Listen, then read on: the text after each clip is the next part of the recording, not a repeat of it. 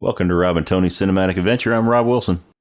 And I am Tony DeQuano. So, Tony, it is that time of year again. We're coming up to 4th of July, or Independence Day. But we're not talking about Independence Day today because we talked about that one last year. Yes, we did. And no, we're not doing Independence Day Resurgence. Oh, I don't think we'll ever talk about that one on this podcast. I don't know. We might if we get drunk enough. But I don't know. There might be some fans of it out there, but sorry. We are not touching that one. However, we are talking about another Roland Emmerich movie. Yes. Maybe we should just start doing Roland Emmerich movies every 4th of July. Yes. we could do that. We could do Stargate next year.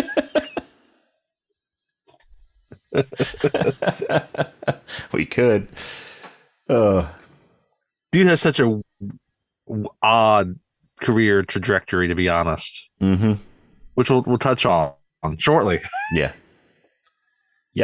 But we are doing another Roland Emmerich 4th of July-ish, adjacent movie. Yes. We are doing the Mel Gibson classic, The Patriot. The Patriot. Yeah, we got Mel Gibson. Yep. No, go ahead. I was going to say it has Mel Gibson, Heath Ledger, Jason Isaacs. Jason Isaacs, yes. Jason Isaacs Chris is Cooper. Fantastic in this movie. He's fantastic in this movie. For the last 25 years, I have personally just wanted to just murder Jason Isaacs because of how evil he is in this movie. Mm-hmm. Oh, yeah. And it's also got Tom Wilkinson. It does have Tom Wilkinson, that's right. Mm-hmm. Donald Logue.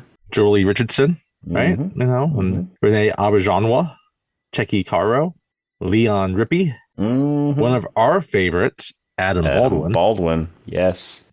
Not one of the Baldwin brothers. I mean, I don't know if Adam Baldwin has brothers or not, but yeah, he might have a brother, but he's not one of the Baldwin brothers.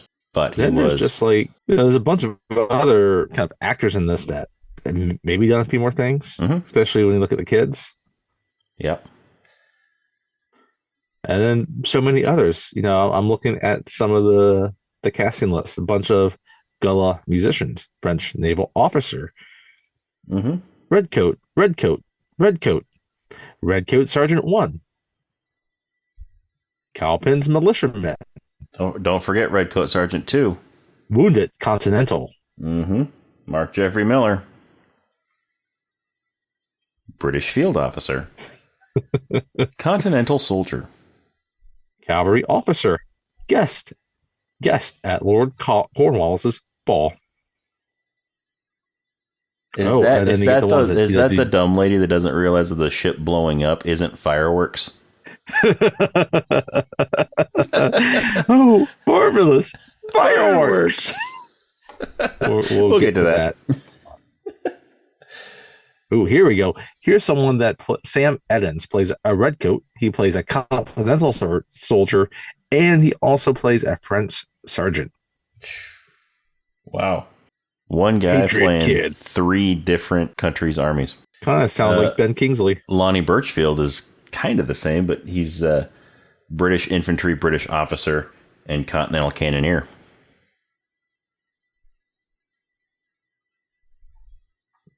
All right. But yeah, it's a large cast, but it is a kind of a historical epic. Yes, it is. I would also, I think I'm fine with putting it in the war genre if you want to. Yeah. I mean, it is, about the Revolutionary War. So we also have Graham Wood in this, and we'll get to his character later. But he was also in Saving Private Ryan. He was one of the soldiers on the beach. He's the one that's bleeding from the stomach. Yep. He has a role in this movie. So yeah, no, it's a large cast, and it's an appropriately large cast. It's a John Williams scored movie. It sounds nothing like some of his other scores, but it's kind of funny. Like he. And this movie also has Mary Jo Deschanel, Zoe Deschanel's mother. Yes, it does. But yes, it has John Williams did the score. John Williams once again with an amazing score. And since you mentioned that her mom's in it, the cinematographer is Caleb Deschanel, who is Zoe's dad. Yeah. So Mary Jo's husband. And Mary Jo's husband, right? Which I don't think I've ever fully connected that until watching this recently. But yeah, me either. He's I guess what Passion of the Christ is one of the most notable ones he's shot, which Mel Gibson directed, right? So, National Treasure, since we've been on a Nicolas Cage kick. Yeah. Yeah, it's a shame that most of Nicolas Cage's movies didn't come out in the summer, though. We'll have to do another Nicolas Cage series. Outside of the summer blockbusters. So we can get some more of his classic movies. Maybe include... Yeah. There's a lot of ways you could get with that. Mm-hmm. Oh, yeah. But this is it's an interesting movie to do because I know it has its share of critics, especially with its historical accuracy, especially in its portrayal of some of the British soldiers. Yep. Which I mean, we did I another understand their perspective. We did another Mel Gibson historical epic a while back with an interesting portrayal of British soldiers when we talked about Braveheart. Yes.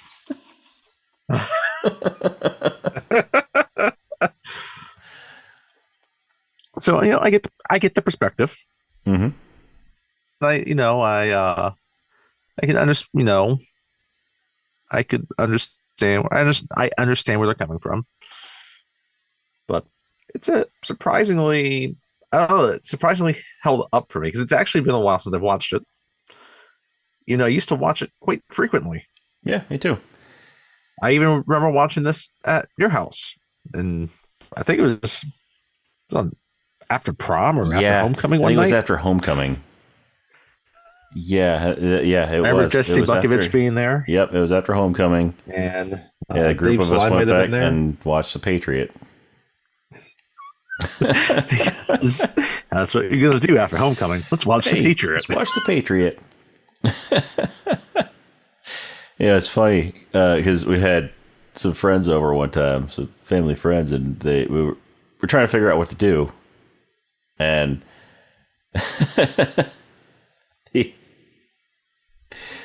the wife of the couple that was there was like, "Hey, let's watch a good family movie, like The Patriot." Well, he's a loving father, right? Yeah. So we watched The Patriot, and ever since then, it's been sort of a running joke with my family that it's a good family movie. It's a good Patriot. Family movie. So that's why he was like, every time that my dad will, we looking through movies, what want to watch and stuff. I'm like, hey, he'll see. He's like, hey, we could watch a good family movie, The Patriot. Again, he's a loving father. Mm-hmm. He spends the 3-hour running time trying to bang his dead wife's sister. Yep, that is accurate. That is accurate.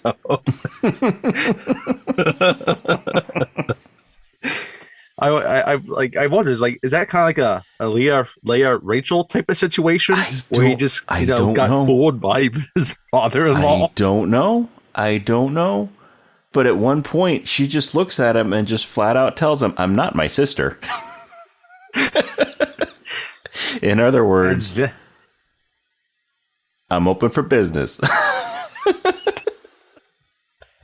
And then, they get to that night, and then he pulls up her corset. He's like, "Oh, you aren't your sister."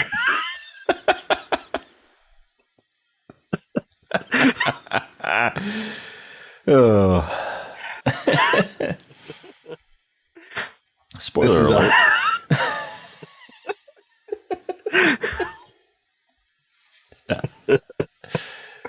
Oh. I mean, there goes the good family part of it. That's got to be weird for the kids, though. Yes. Mom died. Now Dad's doing it. And they have a kid who's our half sister, who is also our cousin. Yeah. Yeah. Yeah, Dad's doing Aunt Charlotte now. Yeah, that's jumping ahead. Yep. Maybe it was common in the 18th century. Maybe. Maybe. So. I don't know. I wasn't alive in the 18th century, so. I mean, neither was I. We were alive in the 20th century, though. We were alive in the 20th century. That was a long time ago. This movie was a 21st century movie if you consider the year 2000 as part of the 21st century. This is after Y2K. Yep. Technically, 2000 would be part of the 21st century because it'd be the first year of the 21st century. Yes. Technically.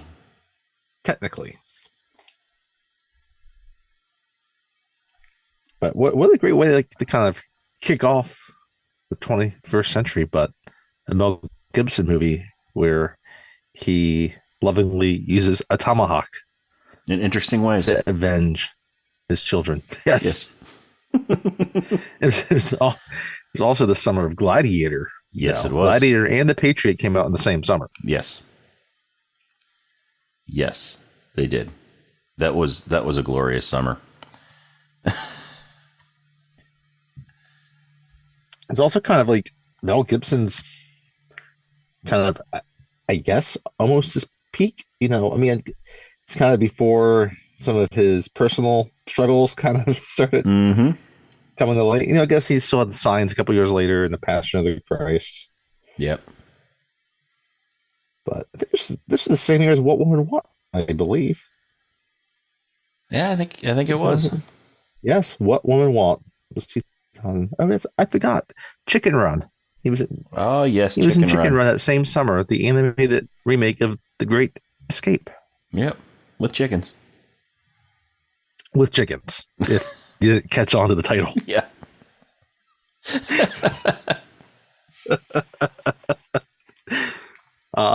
Anyhow, the overall, the movie, I think it's well shot.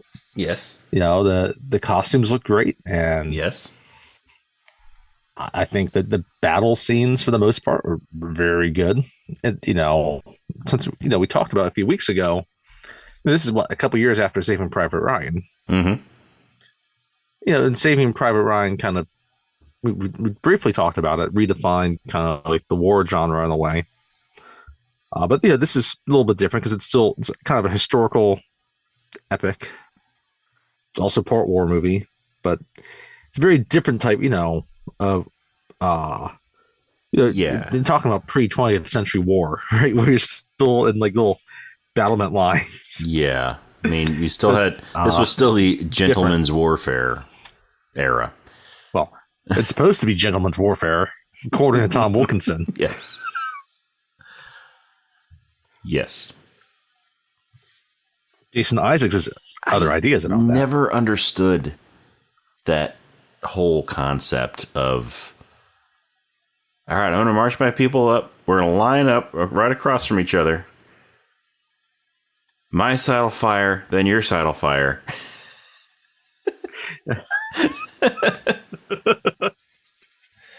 I never understood that. And then, after we fired, we're just going to charge at each other with pointy objects. Yes.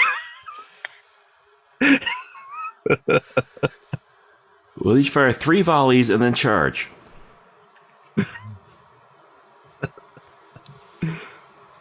Yeah, that never made sense to me why they would do that. Which is why I think it's good that this movie focuses more on the guerrilla warfare aspect. Mm-hmm. Yes.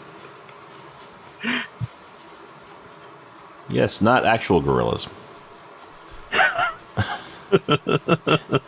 Just like we discussed in our Predator episode. There are no actual gorillas in this movie. No gorillas are harmed in this movie. Guerrilla. For that, you need to watch Congo. Yes. Yes. And that one, gorillas, spoiler alert, get ripped apart by lasers.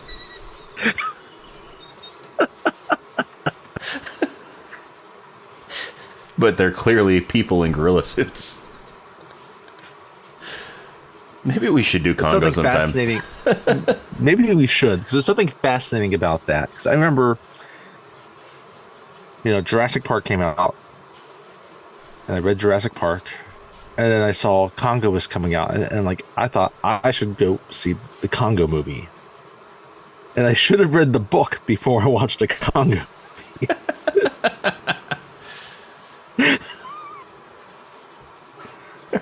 Anyway. Congo wasn't good. No. I mean, I can see how it sort of gained the somewhat cult status that it has, but it's not a good movie. No, it's because it's so bad. It's like kind of not. No, it's not kind of good. This is bad. Yeah.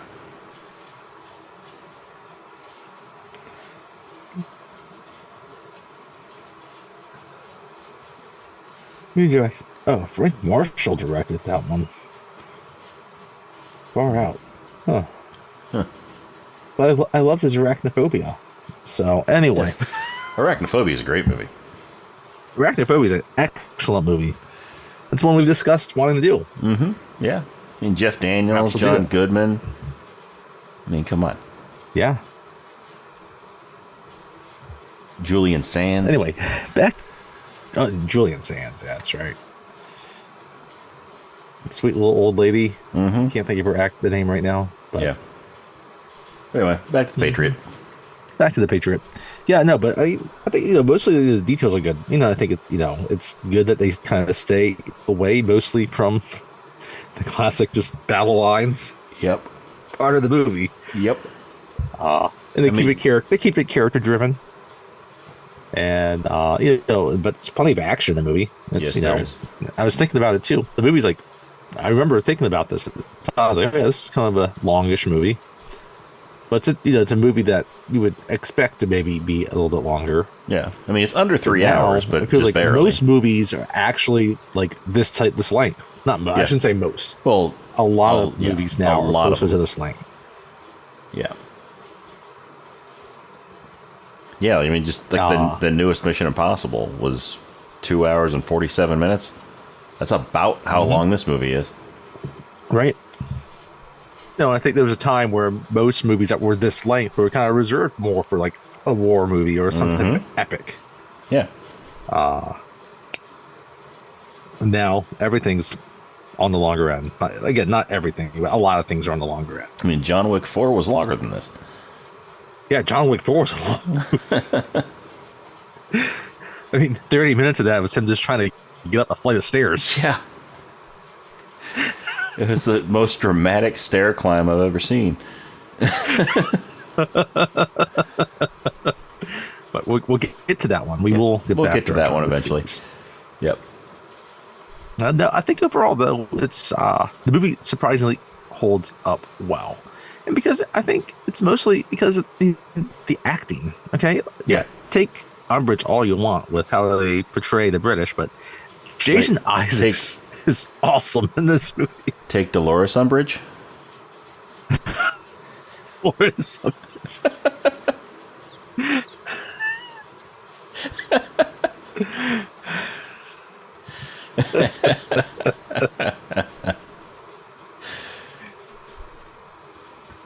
But yes, Jason Isaacs is amazing in this movie. Everybody is. I mean, everybody was perfectly cast. Yeah, Mel Gibson is perfect in the role. He's a great hero that you want to go root for, but like, it's not afraid to show his flaws, and he wears them well. Mm-hmm. I think Heath Ledger. Yeah. It's funny looking back at this, right? So for a while there, he was like the heartthrob. Yeah. Yeah, he was in more of the teen movies and stuff like that. And, this is the first movie, I think, where I actually appreciated him as an actor. Yes. Because, like you were saying, he was the heartthrob before this. And then, he was in this. And I remember hearing that he was cast in this and thinking, Heath Ledger, really? Then I saw it, and, he was really good in this movie. Yes. After this, he had A Knight's Tale. He's still, still had, I don't know, I shouldn't say reputation, but it wasn't until probably Brokeback Mountain when he got more quote unquote critical acclaim, right? Mm-hmm. And then, Dark Knight took it to a whole other level. Yeah. We unfortunately lost him way too early. Mm-hmm. But yeah, look, rewatching this because it's been probably 10 years since I've watched this movie. Okay, see, I forgot how good he was in this. Yeah. He is really, really good at it. Yeah. This is one that I definitely try to watch every couple of years or so. So it had been probably a year or so that I'd seen this one before watching it for the podcast. Okay. But yeah, so it was fairly recent for me, but yeah, that's just because it's one of the ones that's in my regular rotation for watching, every couple of years or so. Because every once in a while, you just need to watch Mel Gibson hack up some people with a tomahawk. Yes. And then disappear into the mist. As a ghost. And how many were there? You watch Jason Isaacs chew the scenery with the best of them. Oh, yes. We'll get to some of that too. I mean, yeah, we'll get to those one-on-one scenes between Jason Isaacs and Tom Wilkinson that are just fantastic. But and then you just have all the supporting cast. Mm-hmm. Like we said, Renee Auberjonois, Donal Logue, Chicky Caro, Adam Baldwin. Who else is Adam Baldwin? Beatrice Bush. We didn't mention her earlier as Abigail. Mm-hmm.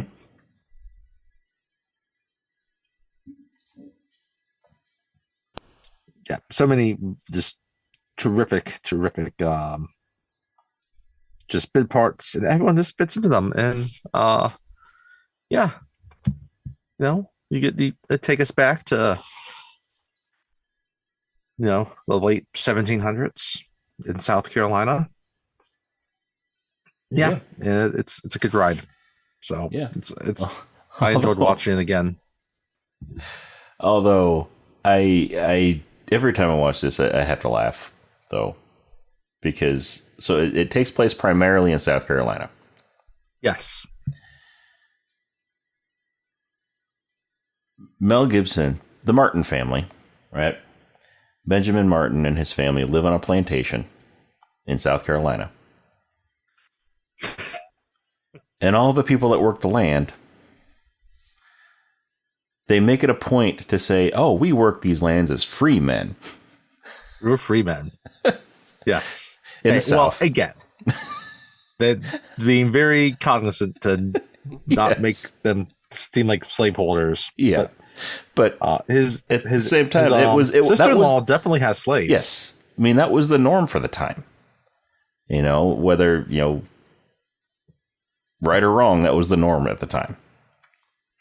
I just think it's funny that they make such a point of, making sure that everybody knows that Benjamin Martin does not have slaves. Yep.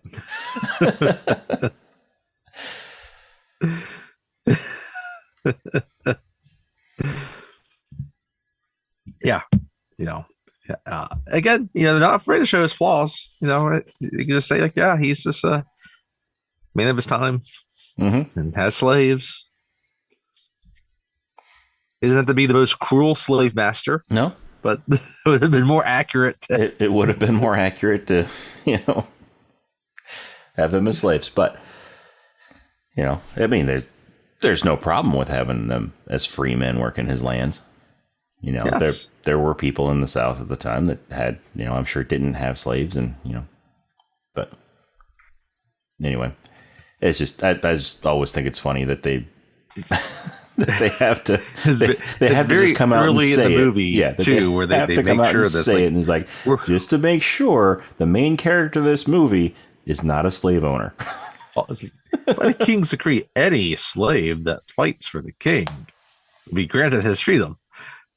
We're free men. And you free men be happy to fight for the king.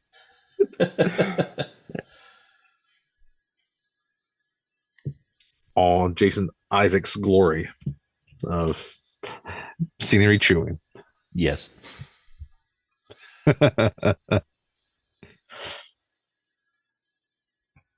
But yeah, I think we can jump into it. I think we can. So, as always, spoiler alert, we are going to be talking about this entire movie, beginning, middle, and end. So if you have not seen it and you don't want to be spoiled, then pause the podcast, watch the movie, and come back and listen. If you have seen it or you just don't mind being spoiled, then keep on listening. But you have been warned. We are going to spoil this movie and all of the wonderful, amazing, awesome parts of it. Including cannonball beheadings. Yes. Because, yes, that does happen in this movie. Somebody loses their head to a cannonball. I mean, it's not anyone important to the story, but... Which, would be probably fairly accurate. I'm sure plenty of people decided to headbutt a cannonball in various wars of the 18th and 19th centuries. A group of people lose their feet, too, to cannonballs. To the same cannonball. Not the same one that hit the guy in the head, but a different cannonball. But all of them do the same bowling. One. Right? But we will be spoiling all the deaths also, including the deaths of children. Yeah, they do that in this movie. We do. Now, I mean, granted, they're not like young children like the, not blatant deaths of young children like in in Face Off. In Face Off or Jaws. But yes, there are young children that die in this movie. Or Die Hard 2, where, just a kid running down the aisles. Make sure you see that's a kid on this plane, right? Yeah. Spoiler alert for Die Hard 2, since we have not covered Die Hard 2 yet. So, but yeah, we will be spoiling everything about this movie. Yes. So, we start out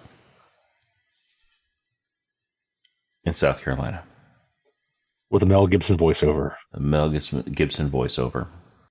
We see a chest. It's got some, ominous music going on. You got the credits going. It's all kind of like it almost looks like it was written in a quill pen. And you got the chest. You got a chest. It's opened up. You see a military uniform and a tomahawk in this chest.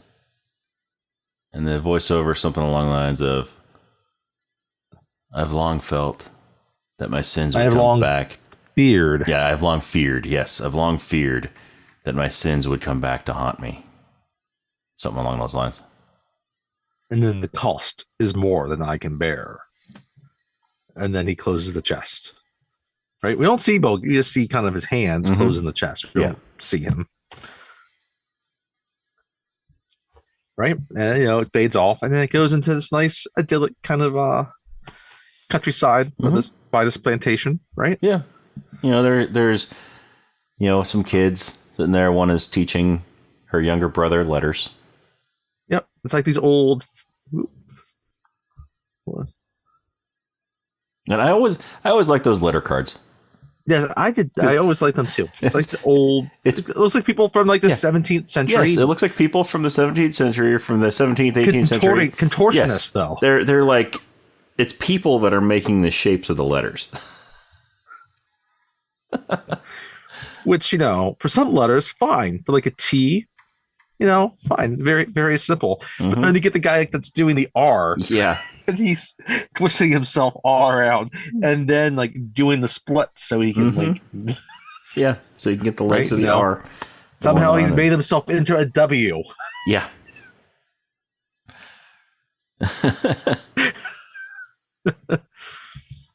It's then probably you get one of the village people making the Y. I mean, the W is probably the same guy that did the M. Yes. Just an upside down M, right? Yeah. They get one extra person to make the E. Like one person does the F, and they just slide someone in at the ground to make the E, right? Anyhow, they're very well done cards, and I could see kids of that era enjoying these cards. Yes. And learning their ABCs from them. Yes. So, and then you have then there's a at the time when you first watched the movie, and you would think, oh, there's the slave that's cooking for the family. Yeah. But remember, they're not slaves. We find out about 10, 15 minutes later that they're not slaves. This is just the woman who he has brought in to help raise the children. Yeah, she cooks and helps raise them, gets them up, all that, right? And then you start seeing some other kids, some other boys. They're kind of walking in from the woods, like they've done some. No, we haven't seen them yet. There's other kids in the field. We haven't seen them yet. Kind of working the fields. Yeah, like working the horses. Right? They're training the horses and stuff like that. And then you start seeing this post rider come up, right? Yeah. And that's when you see the other two boys. These boys are older. They're teenagers, and they've come in. They've been hunting, right? Yeah. Played by Heath Ledger and Gregory excited.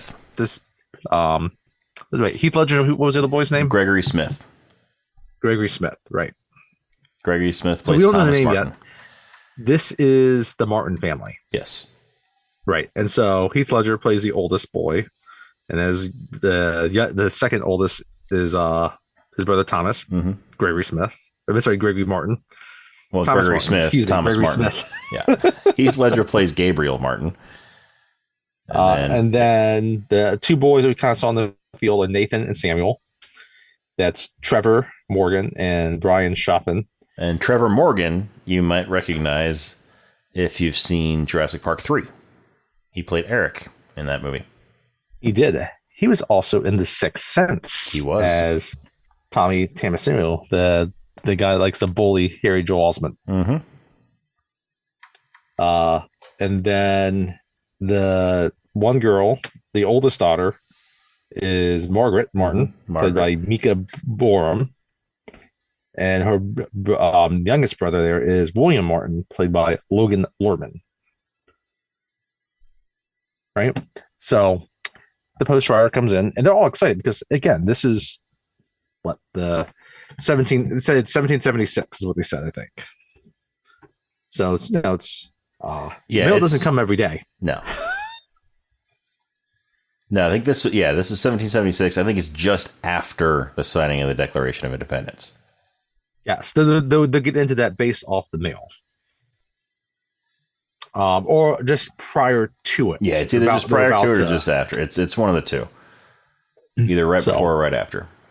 But all the kids, they're excited because there's a post rider. And again, that doesn't happen every day. Oh, yeah, no, this is just before, because later we have Chris Cooper talking about it, how they just signed. They're trying to get South Carolina to pass the measure and that they will vote yes on the passage of the Declaration. Yeah. So they get into the house, and the two oldest boys there, right, Gabriel and Thomas, right? Thomas, he's very excited. He really wants to open up the mail. I've never seen anyone so excited for bills.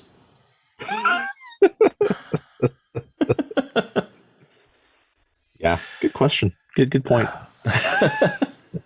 But Gabriel just tells him very, not sternly, but he's very, wait for father, a big brother about it. He's like, wait for father. And so then we cut the father, and in the barn. He's in the barn, and there's a little girl there, the youngest. Yes, the youngest, Susan. played by Skye McCole Bartusiak. And she is just tragic. She's a little girl at this time. Like just a few years old. And Benjamin Martin, she looks like she's probably no more than 2 or 3 years old. Yeah. And Mel Gibson, is weighing... Making a rocking chair. Yeah, he's weighing a rocking chair right now. Yeah, he's weighing the things, make sure it's just right. He just built a rocking chair, and he's weighing it to make sure that it's just perfect. And there's another guy that's kind of one of their workers. He's in the barn with them. And so him and then the daughter, they're kind of watching this happen. Mm-hmm. They see him set the rocking chair ever so gently on the ground. Yes, ever so gently on the ground. Then he grabs the arms and he just lowers himself down ever so gently. Yeah, very carefully. Very carefully to sit down in this thing. And then once he sits down and realizes that it's still under him, he kind of relaxes a little bit, starts rocking back and forth. He gets a few rocks in, and then the whole bottom of the chair breaks out from under him. The legs break out from under him. The worker laughs at him. His daughter just shakes her head. Susan just shakes her head. And he throws the rocking chair into the corner, and there's a pile of other broken rocking chairs. Yes. Now, what I want to know is, why did he have to build a completely new rocking chair? Because the other ones, they were complete seats. And the one that he just threw over there, it was a complete seat. All he needed to do was add the rocker to it. Yes. Add the legs and the rocker. He could have saved himself so much time if he just reused that piece. Yeah, and then just built the rocker. Because the upper half of the chair was sturdy. Yeah. No, it was the legs and the rocker. Mm-hmm. He just made them too thin, or didn't connect them right or something. It just couldn't support his weight. I've never made a rocking chair, so I couldn't tell you the science of the woodworking behind it to craft a proper one by your own hands. But anyway, I have not. I've never made a rocking chair, but when I was a kid, I did make a bench out of scrap wood. Okay, and it was very sturdy. I would think you made sure you had nice thick legs on that bench to be able to support the weight of not just the wood. Oh, there were bench, 2 of us on it. There were 2 of us sitting on it. But then butts. Yeah. It was a nice little bench. Anyway, there will be another rocking chair in this movie. Yes, there will be. So we cut back. It's now nighttime. And you have the 2 daughters. They're looking up at the North Star. Mm-hmm. And, the oldest is talking to her sister. Margaret has her hand outstretched. She's telling her how to find the North Star. Yes. And start from the Big Dipper. Start from the Big Dipper and count 5 finger lengths. And at that last finger, there's the North Star. And Margaret's telling, and then she starts kind of talking about how that's comparing that, or saying how that star is like mom. Yeah. When you see the North Star, you know that there. Yeah, you know that mother is looking down on us. Right. So right there, you know that their mom is dead. Yep. Establishes it nice and early for you. Or an astronaut. But this was the 1700s, so chances are the astronaut thing is not accurate. Yes. And then they would have to find the International Space Station. Yeah. Which would have to be flying over directly at that time. At that time, probably would have been a barrel.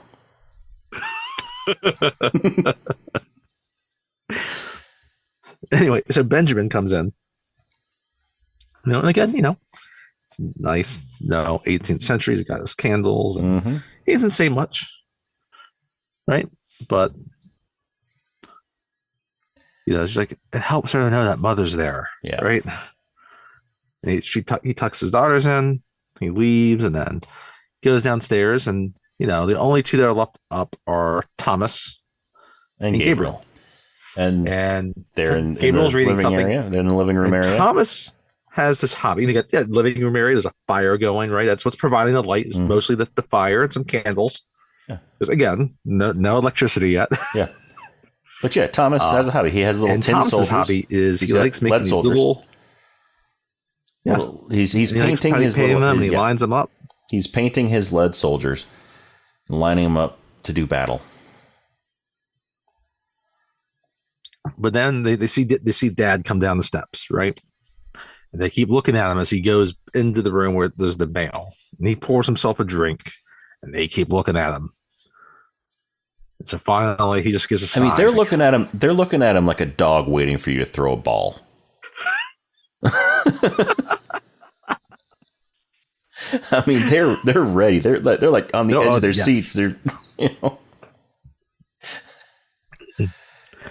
So finally, he puts down his drink. He just kind of sighs, like, "So what was in the mail today?" And they race to the table where they put the mail down, and they just like ripping open a dog. It's like ripping open like a chicken that's been thrown in. Yeah, they are tearing through these letters. Right, and then Gabriel he gets to the paper, and then there is a letter that's addressed specifically to Benjamin, right? And he's kind of opening it up as Gabriel sees this section about these local boys that have enlisted in the Continental Army. Yep. And his friend Peter Cuppen is one of them. And he says, like, he's a whole year younger than I am. Right? Yes, but Benjamin refuses to let Gabriel join the military. He refuses to let him enlist. We don't know why yet. All we know is that Benjamin doesn't seem to like war. Yes. Who does like war? Yeah. What is it good for? Absolutely nothing. Not that war is always, sometimes war is necessary, as we talked about in Saving Private Ryan.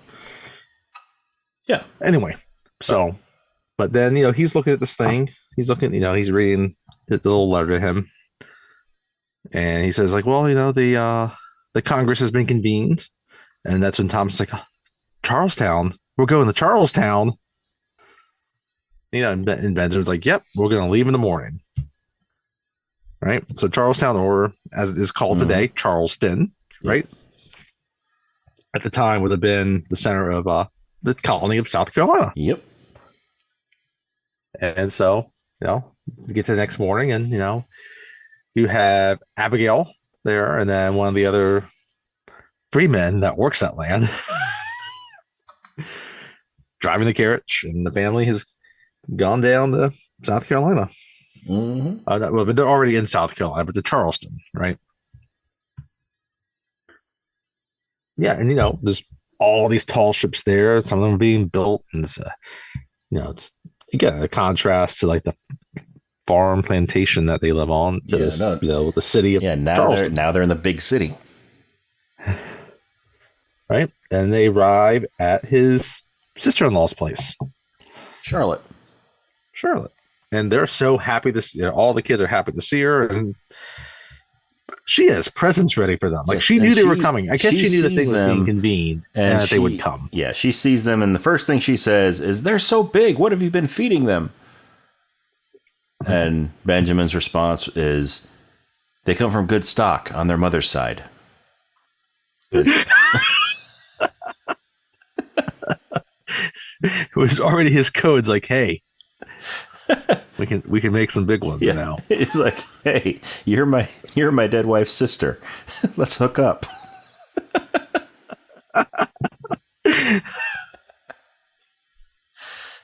So she's got presents for the kids, right? And they all go running and like, oh, presents, yeah, just like kids would, right? We never get to see what those presents are. No, well, except for little Susan. Little Susan, yes. Abigail is holding Susan, and she has a little doll. Yes, Susan gets a doll, which happened to be her mother's doll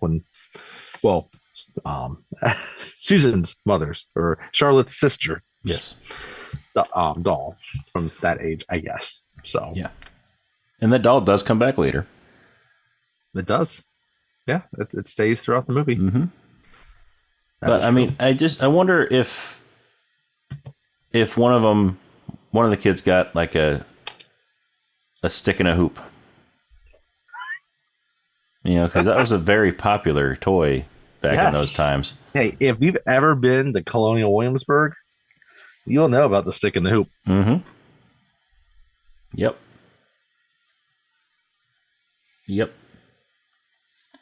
Then, maybe another one of them got, a ball and a cup.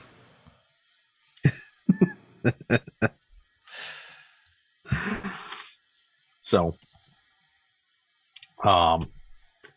we kind of cut to that night, and there's festivities going on. People are happy and gay, and there's effigies of soldiers, or the King George being burned, and mm-hmm. right. Mm-hmm. And then people are just kind of giving speeches out in the town square. One including Peter Howard. Right? He's like, it's like, I lost my left leg for the king in the British and American War. The French and Indian War, right? So how is he taking my right leg? By taxing me to death. Right? So, yeah, you have all these people that are definitely not happy about the king. So, and Peter Howard, by the way, recently passed away. Oh, Joey Vieira. Joey D. Vieira? Yes. He was in Lassie, by the way. He was also in Ferris Bueller's Day Off. Mm-hmm. Oh, I love his character in Red Heat. Oh, yeah. Man at Phone Booth. Red Heat. Now, there was a movie.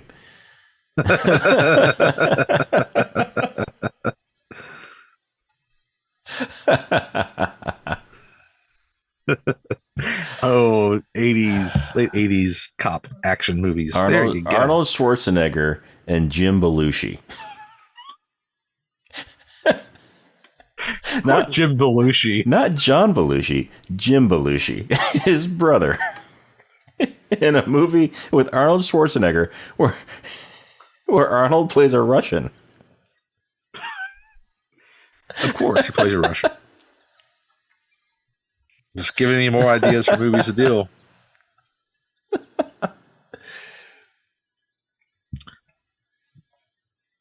Anyway.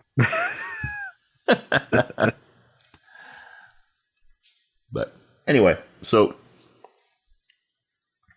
we get Peter Howard giving his speech. Everybody's cheering. Because nobody agrees with the whole taxation without representation thing. I'm sure that the British are imposing on them. We haven't met any of the loyalists yet. No, we haven't. But we will meet a few of them soon. But then we're really the next day. But no, isn't it here, like still that night, that we're introduced to Chris Cooper? Or is that the next day? I'm trying to remember. Because didn't he? Yeah, Harry Burwell, Colonel Harry Burwell, wasn't he? Wasn't he briefly talking to Benjamin that night? He might have been. Yeah, yes, it was. Talks again the next night also after Gabriel enlists the next day. They talk then also. But I think they do see each other here beforehand. Yes. Yeah, because I think they're talking just briefly where Burwell tells Benjamin that, we could really use you. Oh, that's right. But Benjamin's like, I've left that life behind me. That's right. That's the yes. I think it's even here where they first kind of no, this is the next day is when they first introduced Fort Wilderness. Yeah, so we know, when it's really the whole assembly talking. Yeah, that's when Fort Wilderness is first mentioned. But yeah, that night he meets Burwell that night. Yeah, they basically that night. They know. Yeah, you understand they know each other. Yeah, they have a history. They know they've known each other for a while, and they respect each other. Mm-hmm. So. Yeah, and that's when it cuts to the next day, and that's when they have the whole assembly where they're going to vote to, whether to as Borwell says, is that they're expecting to meet in Philadelphia to pass a resolution to declare independence, right?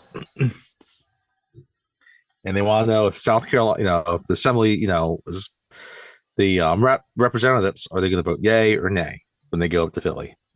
And so they're having a whole debate about it. But Borwell is the one that's kind of leading, kind of the first, I guess,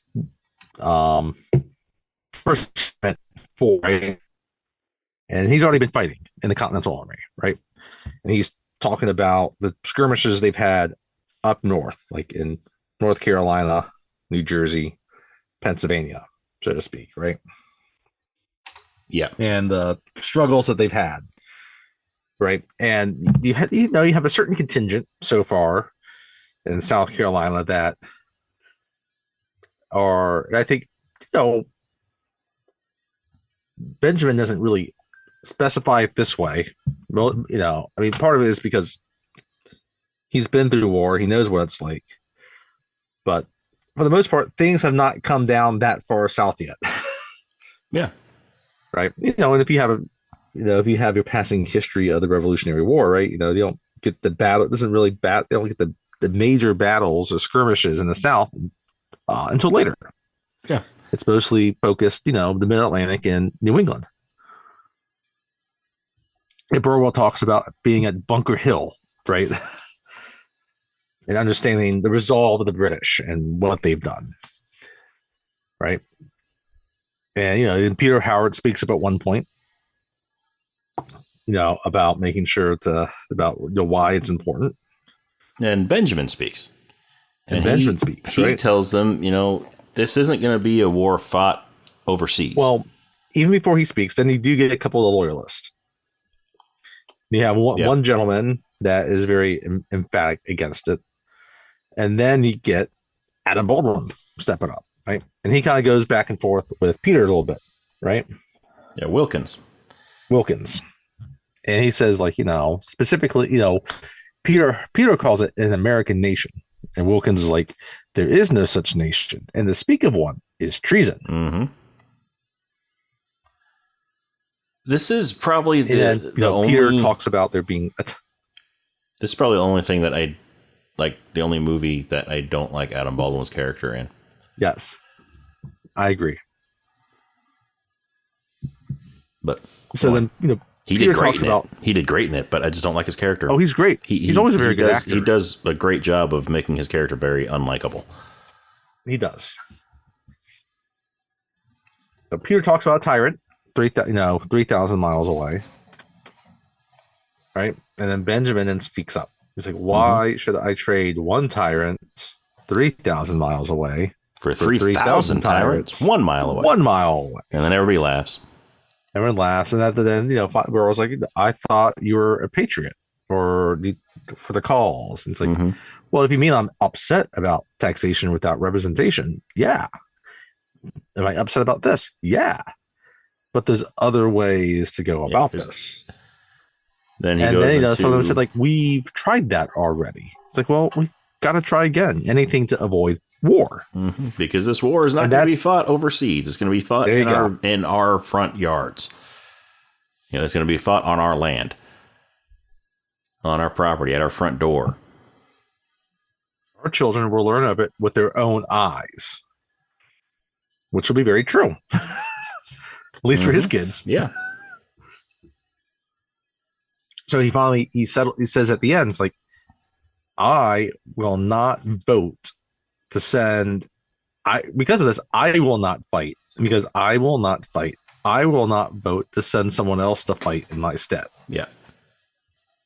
Right. And so what we forgot about is that you have other people, just like any assembly like this, you have people, common people watching it. And Thomas, Gabriel, and Charlotte are three of these people. Mm-hmm. And Thomas and Gabriel are very upset that Dad is not voting for independence. Yeah. Right.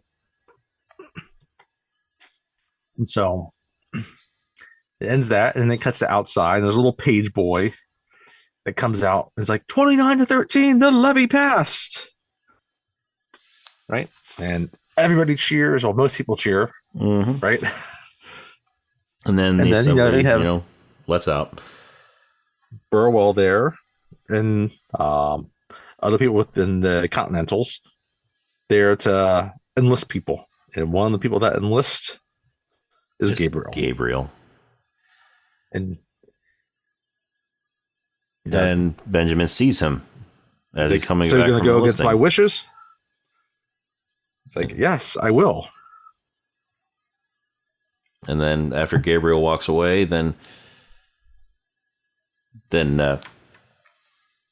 Burtwell tells Benjamin that I'll make sure that he's placed under my charge. Yep. I'll make sure he gets a clerk's position or something. Make him a clerk or something. Or a quartermaster. And, he says he says something like, he is as stubborn or pig-headed as his father. Right. And then, Benjamin's just like, yes, regrettably so. And then we forgot to mention, so we're talking about Fort Wilderness. Someone else brings up about this from the same hero at Fort Wilderness. Yeah, part of the part of the assembly. And and Benjamin was like, I was, foolish as a young man, something along those lines. Yeah. So they cuts, they leave Charleston. And then you kind of get a little bit of a montage as Gabriel writes his brothers and sisters about the war. Only this time, it's not a really bad Southern accent. He's not like, dear family, I'm here in prison. I'm here in Virginia. They got tobacco too.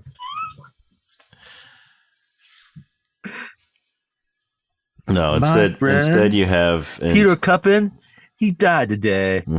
His death is hard to take. Dear Thomas, my friend Peter Cuppin died today. His death is hard to take. And then Thomas writes back, Dear Gabriel, our little brothers and sisters are growing so fast.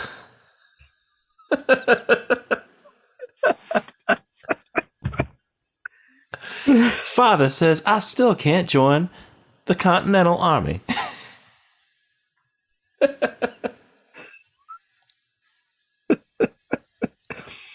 But just today, Nathan, he killed a grizzly bear with his bare hands.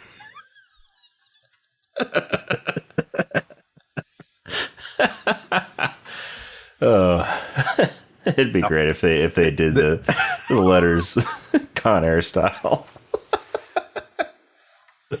But no, they didn't. No, we really just get the letters from Gabriel. It feels like it should be like a Mad TV voiceover sketch. Yes, it should be. Letters Con Air style. Con Air. And one of the things to talk about though is that Charlestown has fallen to the British. Yep. Right. And he talks about, I was disheartened to hear that Charlestown fell and that Charlotte had to leave her house there and went to her plantation on the Santee. Yeah. So she has a plantation. She also has like a summer home in Charlestown. This lady is loaded. What did their family do? Who are they connected to? I mean, she must be making a lot of money from cotton. There's no cotton gin yet. No, but they still use cotton. That's true. They just didn't have an easy way to process it. No. And she definitely has slaves. Yeah. They make that clear later. Yeah. Anyway. So after, Thomas reads the letter, he goes in the dad's room, takes out that chest, puts on his dad's military uniform, his red gets coat, out his tomahawk, and looks at himself in the mirror. And then Benjamin walks in.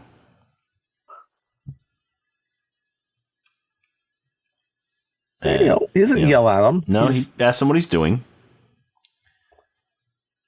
And so he tells him, I wanna enlist. And he's like no. It's like, but when, father? And so finally he relents because he knows that he's just going to keep pushing and pushing, and he can't, fight against this forever. Yeah. And then he says 2 years. 2 years. He's 15 now, so that'd be when he's 17. Thomas is like 2 years. I mean, he's a 15-year-old ready to kill the redcoats. Yeah. And the funny thing is, he's talking about this while wearing a red coat.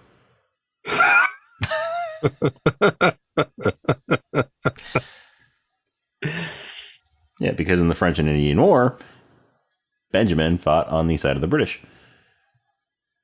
Right. Like a lot of people that fought in the Continental Army. Yeah. That also fought in the French and Indian War. Yep. Because at the time, during the French and Indian War, it's they were the colonial, there's a British colonies. So, but Thomas is disappointed to hear 2 years. He's like, I'll be 17. The war might be over by then. And he's like, God willing. Benjamin's like, well, God willing. It's like, now put it away. So Thomas puts it away. And then he asks him before, as he's leaving, he's like, Father, what happened at Fort Wilderness? And he's like, he just leaves, right? Yeah. It cuts to, I don't know if it's that evening or another evening. It's dinner time. And they're hearing kind of gunfire in the cannons distance, off in the distance. And we see from behind, a member of the Continental Army, sort of limping along toward the house. We don't know who it is yet. The house. And the kids are then asking, the dad, how far are them? It's like, he said, oh, there's 6-pounders. They're not that close to the house right now, right? They're probably about a mile away. Right. And, that kind of continues. And then you see them as they're having dinner. The kids are having dinner. You see someone kind of walking up. You see just his arm, his hand, in a gun, right? Mm-hmm. And then, because this soldier that's been walking toward the house goes into the house. Yes, and he's walking. And then all of a sudden, you see from behind him another kind of gun get cocked and pointed at the back of his head. Back of his head, and you hear Mel Gibson. Benjamin here. Yeah, Mel gets slowly turn. And so the soldier slowly turns, and it's Gabriel. And he's wounded, and he falls in his dad's arms. Right? The kids are happy to see it. And then, well, they're not happy to see him hurt, but they're happy to see him. Well, I shouldn't happy to see him. They're excited, but at the same time, all of a sudden, they're concerned. Right? Yeah. And then it's and Thomas is like, oh, were you at the battle? Yeah. Read the room, Thomas. And that's when you start hearing the gunfire get closer, and all of a sudden you see these Continental soldiers, well, even before that, I guess, as they're laying him on the bed, right, to treat his wounds, Gabriel is talking about oh, I had these dispatches I was supposed to bring, right? But the Green Dragoons, they came up and they've slaughtered all of us, a bunch of us, kind of giving a brief rundown of things that have happened very recently.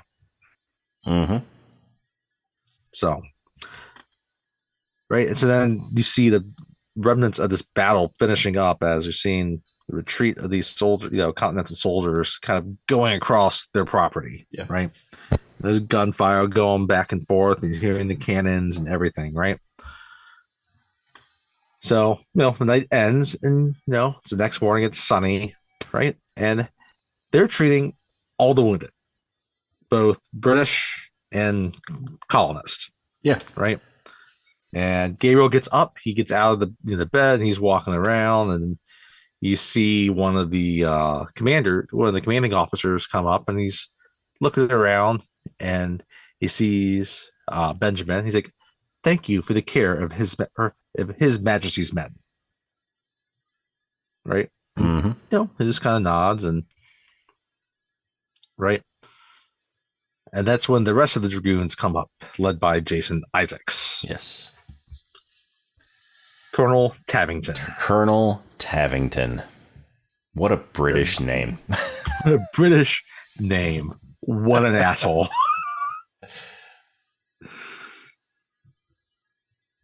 And the first thing he says is like, fire the barns in the house. Let it be known that if you harbor enemy combatants, king, you will lose your house.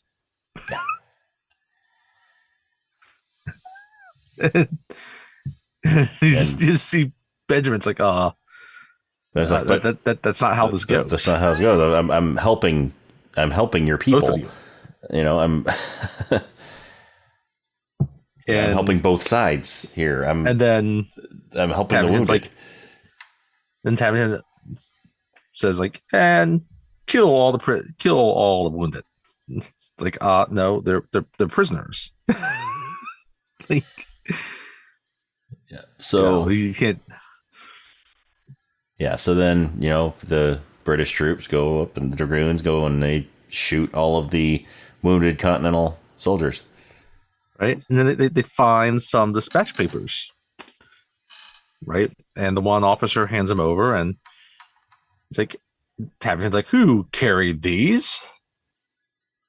And then he finds like, "Who?" And then finally, Gabriel's like, I did, sir."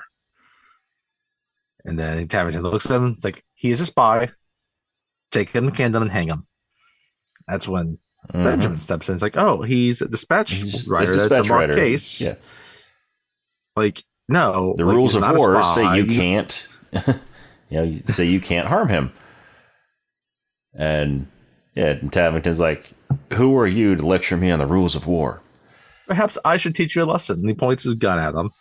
And then he points at his kids. He's like, "Perhaps your children would." Yeah. And he steps from like, "No lesson is needed."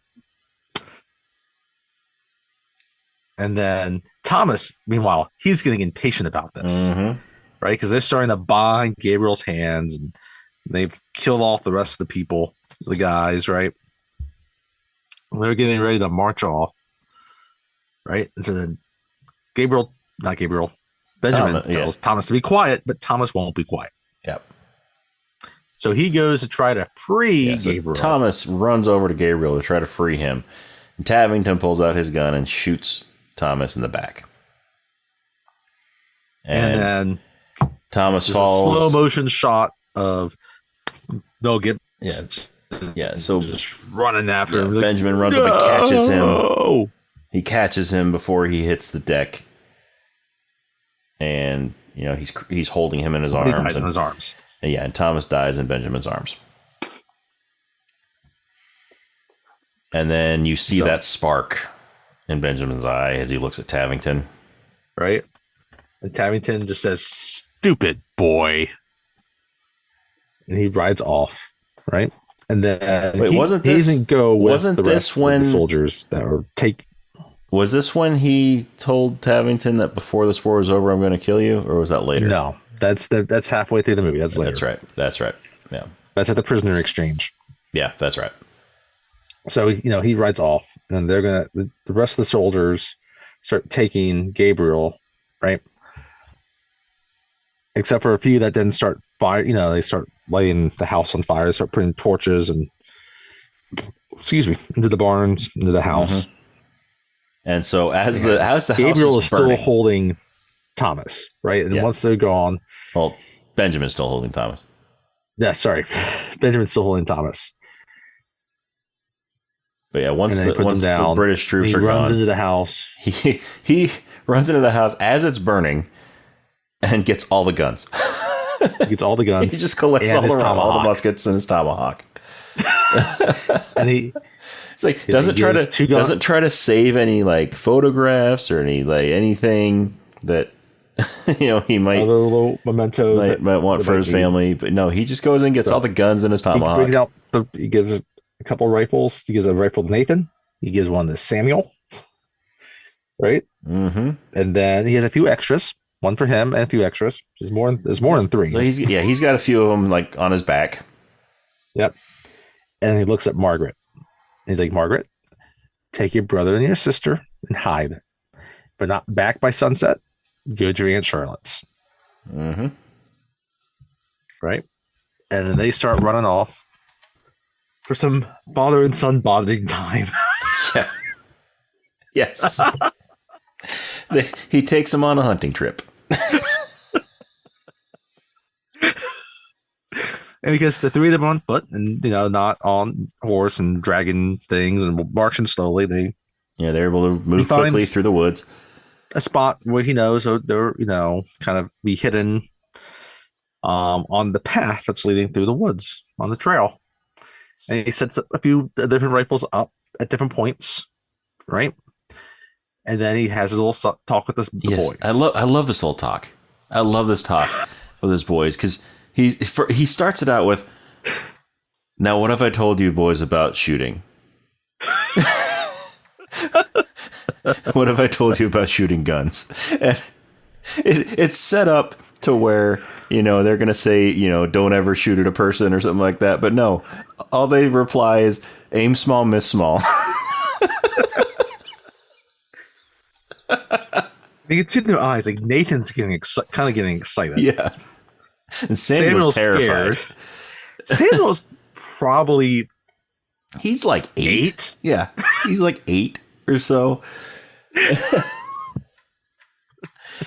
And so Samuel's like 12, right? Mm-hmm. No, Nathan is like 12-ish. Nathan is 12. Samuel's like 8. Yeah. Yes. And so Benjamin is like, do you know how to tell the difference between an officer and a regular? I'm like, yes. So, okay. Shoot the officers first. Telling your children.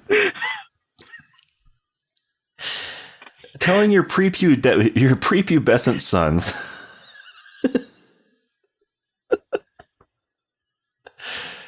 to shoot soldiers.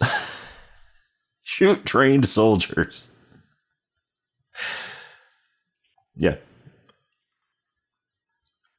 But anyway, so then he looks at Samuel and he's like, Samuel, after your first shot, I want you to reload for your brother Nathan.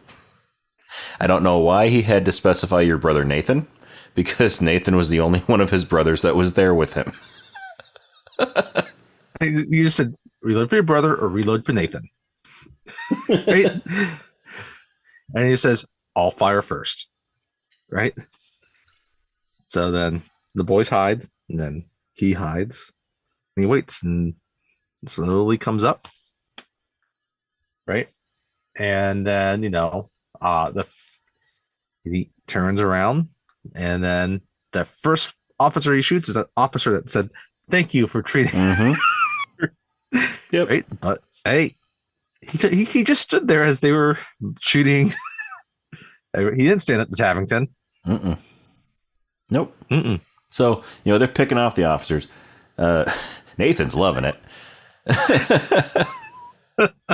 Occasionally they had to duck behind this thing, Benjamin. So yeah, Nathan and Samuel are behind a fallen tree. They're behind a log, and Benjamin has positioned muskets, just behind different trees, and he's sort of running between trees.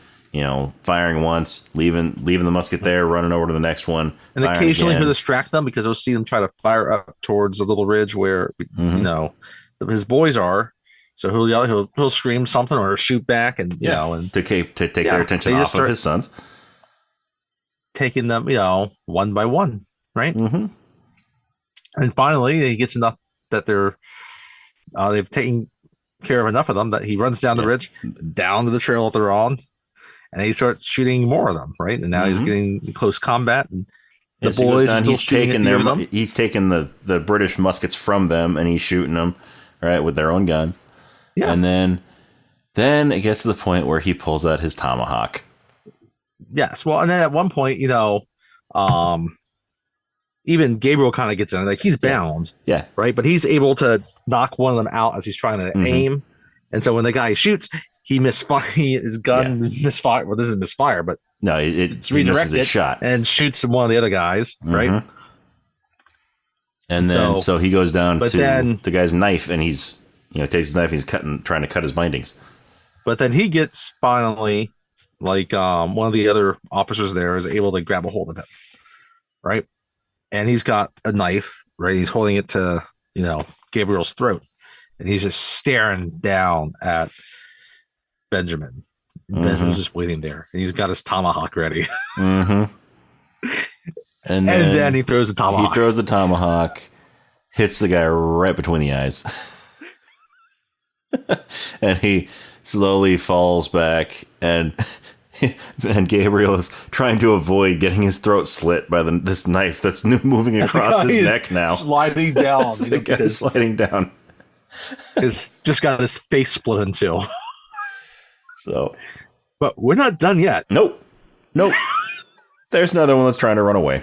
So the other brothers, they come down, they meet up with their brother, and then one of the guys starts running away. So we take the tomahawk out of the guy's face, and Benjamin runs after the guy that's running away. Well, first he runs after, and then he throws it. He throws it, hits him in the back, knocks him down into a puddle. And he got in the middle of the back. Like, this guy is probably dead. Yeah, like if he's not dead yet, he's at least paralyzed right now. Yeah, because he got him right in the spine. By the time anyone would come to help him, he'd be dead. Yeah. Oh, he'll be dead. He'll be dead long before somebody can come and get him. Because Benjamin doesn't leave it at that. Benjamin, all this anger that has been boiling up inside him all this time, that's been exacerbated by his son being murdered by Tavington. Yes. Just 10 minutes before this. I mean, it wasn't 10, it was probably like an hour before this. Probably about an hour before this at this point, yes. But yeah, he just all this anger and frustration is boiling to the surface, and he just goes to town on this guy. He takes out all that anger right on this one soldier. He's just hacking away at him. You don't actually see him making contact with the soldier, but you see the blood splatter.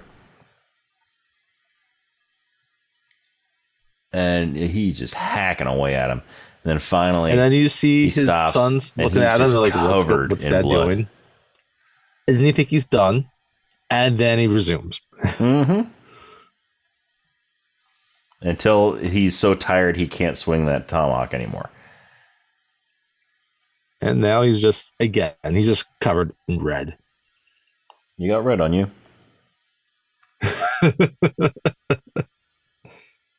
So the scene starts to wrap up, and it's just Gabriel walking. And you kind of see this shot up from like the ground level, and it's looking like almost straight up. And you kind of see, it's kind of blurry. And, he kind of disappears, right? Into the mist.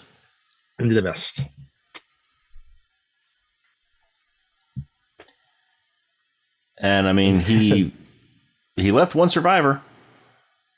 Yep. Because there's always got to be somebody to tell the tale. So we cut back to a camp. It's a British camp. And then it's in this tent, and Tavington shows up, and the guy talks about, there was one survivor, right? And so Tavington wants to talk with him. He's just telling him to slow down. It's like 30. I can't remember the exact number. Like 30 of the king's men are dead. I need to know how. And he just tells him, like, it was in the tree line, and I can't really tell you quite how many people it was. But it was like it was a ghost. And finally he's like, yeah, it's kind of like a ghost. It's like, yeah, a ghost. I think there was one. Tavington's like, one? It's like, okay, well, thank you. And then it's like Tavington's like second in command. It says like, I thought it might be useful to have some loyalists to help us, understand some of the people or the terrain. And that's when he introduces Adam Baldwin to him. Mm-hmm. Yep. And Townsend looks at him and is like, oh, no, why should I trust someone that would betray his neighbors? And then he's like, oh, those neighbors that betrayed the king deserve to die a traitor's death. Yep. And Tavington looks at him and he's like, we'll see. Foreshadowing. I can't. Foreshadowing. I do not like Adam Baldwin's character in this movie, and it makes me sad because I love Adam Baldwin. I agree with you. So we get the family, the Martin family. Now they're showing up at Charlotte's plantation, and one of her lead slaves is there, and he's like, Mr. Martin. Right. It's like, I guess he's hoping that he'll buy him off his sister-in-law and make him a free man. Yeah. Because that's what happens. We forgot that part, right? So when Tavington shows up at the house, he just looks at this the guy. Yeah, like, oh, I mean, we mentioned it briefly before, but not actually during the discussion. We actually get the confirmation that they're not slaves. That they're we work these lands freed, man. And then they kind of take them by force. Mm-hmm. Like they take Abigail away. This like traumatizes the kids because they love Abigail. Yeah. Yeah, I mean, she's been like their second mother. Yeah. Especially ever since their mother died. Anyway, back at Charlotte's place. Right? And, that's still that evening. And, Gabriel looks at his dad's like, I'm going back to General Gates. Right? And he's like, no, you can't leave. You're my child. He's like, you can't leave. And then Gabriel's like, I'm not a child. And Benjamin Martin's like, you're my child. Mm-hmm. It's like this scene for the trailer that sticks out in my mind for whatever reason. But anyway. So, I mean, you can understand where Benjamin's coming from because, I mean, he just lost one son to the war. Yes. Who wasn't even a part of it. And now his other son, who enlisted behind his back, is trying to go back into, the line of fire. And the war is just getting even more real, and he just wants to avoid it at all cost. Even though it just stared at him straight in the face earlier, like he thinks he could still maybe avoid it. Mm-hmm. But he can't do anything about it. He allows him to leave. And then, the next morning, he comes to his own decisions. Like, well, he doesn't have a choice. Yeah, he's, got to join also. Yeah. So he goes and he talks to Chris Cooper. Well, before he talks to Chris Cooper, he is able to meet up with Gabriel again, right? And he follows Gabriel. He's able to, follow Gabriel. And there's this empty house. You see the owner of it like leave the house, mm-hmm. right? And the house just happens to be staring over, like at the Battle of Camden, I think it is. And like Gabriel's looking at it from this bedroom window, and then his dad shows up, and they start talking. And Benjamin's like just saying like they're fools. They think they can match the British Army in like an open field, like open warfare like this. They're outmatched and they're outmaneuvered. They're outgunned. They're outgunned, and like we're just a bunch of farmers. There's no way that we could fight this type of war. And this is where we get the famous cannonball scene. This is where we get the cannonball scene because now the camera goes over to the troops, the battle that's going on, and they're just like you would expect. They're all lined up. They're shooting at each other. And then, there's cannons going off, and, one flies right into one of the Continental soldiers' head. I like how they film it, right? So at first we get like the view from the soldiers, right? The soldiers' point of view, right? Mm-hmm. The balls is bouncing. The balls is kind of bouncing, and it's getting closer, and then it cuts away, and then it's like coming right toward the camera. Head. And then it cuts away from a different angle, and you just see it hit him in the face. His body goes back, and then his head is gone. And then it cuts back to Gabriel and Benjamin. And Benjamin's like, this battle was over before it started. Mm-hmm. Especially for that guy. And you just see the cavalry rush in as they retreat and battle's over, right? And then that's when we cut to the camp, right? Mm-hmm. And now he's talking with Chris Cooper. Yeah. So he's talking with Burwell and telling him that, he has no choice but to join. And so Burwell tells him, okay, I'm going to give you a field commission as a colonel. I'm going to put you in the militia. And so he then asked for Benjamin, not Benjamin, he asked for Gabriel to be put under his command. Benjamin asks for Gabriel to be put under his command. And Gabriel starts right? He starts to protest. He starts to protest, but Burwell cuts him off. He's like, done.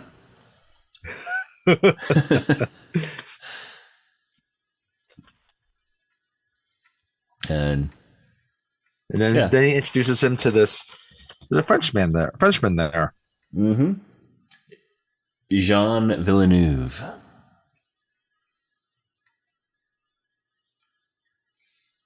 Played by Checky Cairo. Not exactly sure how you say his name. Cario. Something like that.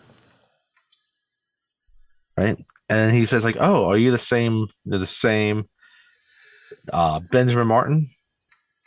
Fort Wilderness? Your reputation precedes you. And, you can tell that the two of them don't like each other. Yeah. Mm-hmm. You can tell. I mean, it's pretty clear why Jean doesn't like him because, Fort Wilderness. We'll find out. The French and Indian War, the British were fighting the French. And, so. Yeah, for a long time, the British and the French really dislike each other. Yeah. It's different now. The history between the British and the French is fun. Oh, that depends on your definition of fun. Interesting, yes, absolutely. Yeah, very interesting, yes. That's why it's fun. So watch Henry V. Some Kenneth Branagh. Anyway, so we also get a scene there where Gabriel picks up this tattered flag. Mm-hmm. And there's a wounded soldier there. And he's like, they said we could build a new nation. And he's like, you can tell the soldier kind of thinks things seem dire, desperate, mm-hmm. or lost. And Gabriel doesn't really say anything, but he just picks it up and he stuffs it in his bag. He puts the flag in his bag. It's going to become his thing satchel. Throughout the movie where he starts mending this flag. Anytime they get some downtime, he's, he takes out the needle and thread and he's mending this American flag. So, but they decide that they are going to make the this old Spanish mission kind of like their base. It's kind of like in a swamp. Mm-hmm. So it's like kind of nice and secluded. But also before they do that though, then isn't this where Anne comes in? Not yet. Or is that no? That's right. That's when they go. Yeah, that's when they're recruiting. Never mind. So they start, they're talking about each other about where to go to recruit, right? And Benjamin wants to go one place, and Gabriel, I guess Gabriel wants to go to one place, and Benjamin thinks he should go another. But Gabriel, is able to brings up the point to go to allow him to go where he wants to go. We can cover more ground and recruit more if we split up. And Gabriel really wants to go one certain place for a reason, which we'll find out soon. Yeah. He's got a crush. It's Julia Stiles. No, it's not. Oh, Maggie Gyllenhaal? No. Oh. No. Jake Gyllenhaal? Maybe. No. In this movie, it's Lisa Brenner. We'll get to that soon. But yes, we'll get to that. But so what? Do we get? We get Gabriel first. His recruiting first. Well, before we get to that, they do before they kind of go through that kind of montage or sequence, we go back to the British, and it's Cornwallis. Mm-hmm. Right? It's the first time we see General Cornwallis. Yes. Cornwallis is played by Tom Wilkinson. Played brilliantly by Tom Wilkinson. Oh, yeah. Tom Wilkinson's always so stately. Mm-hmm. Even when he's just carrying a bag of baguettes, he carries those baguettes stately. Yes. Yes. A paper grocery bag full of baguettes. Not in this movie, but he should have one in this movie. So, but he's looking at this land grant about land that he is hoping to receive after the war, right? And then he starts talking with Tavington. And you can tell he does not like Tavington at all. Mm-hmm. Yeah. He does not like him. He doesn't like the way that he works. He doesn't like him as a person. Like, your manner reflects upon me. Mm-hmm. He's well aware of the war crimes that Tavington has committed. Colonists will be our brethren again after the war, and we will resume trade. He's essentially just saying, like, you are a piece of shit. Mm-hmm. But he's saying it in such a gentlemanly way and stately way. Yeah. Because he's Tom Wilkinson. He's Tom Wilkinson. Yeah. So we get that part. And Tavington just kind of takes it. Right? And that's that. And we get back to Gabriel, right? And he's coming into this small little village. And there's 3 dudes hanging from a tree. Mm-hmm. Just hanging from a tree on the outskirts of town. And then, and he goes around and he goes into the church. And they're having this service. Mm-hmm. And he excuses, he kind of politely, introduces himself as the preacher is preaching. Yeah. Right? Rene Auberjonois. Yep. And he's like, we are here to pray for those 3 men, which I think is interesting because it presents it in a very Catholic way. Yeah. Even though it's probably not a Catholic service. He dresses more like a Quaker. He does. No, he doesn't fight like a Quaker. No, he does not fight like a Quaker. But no, this is Reverend Oliver. Right. And, you get this debate. And, then, Gabriel's like, we're creating a militia. I was like, how about you honor them by fighting for what they believed in or fighting for freedom? Right. And again, it's kind of like the assembly earlier. You have some people going. You got some people sort of nodding their heads. You got other people, There's one dude that's kind of a cowardly little shit. Mm-hmm.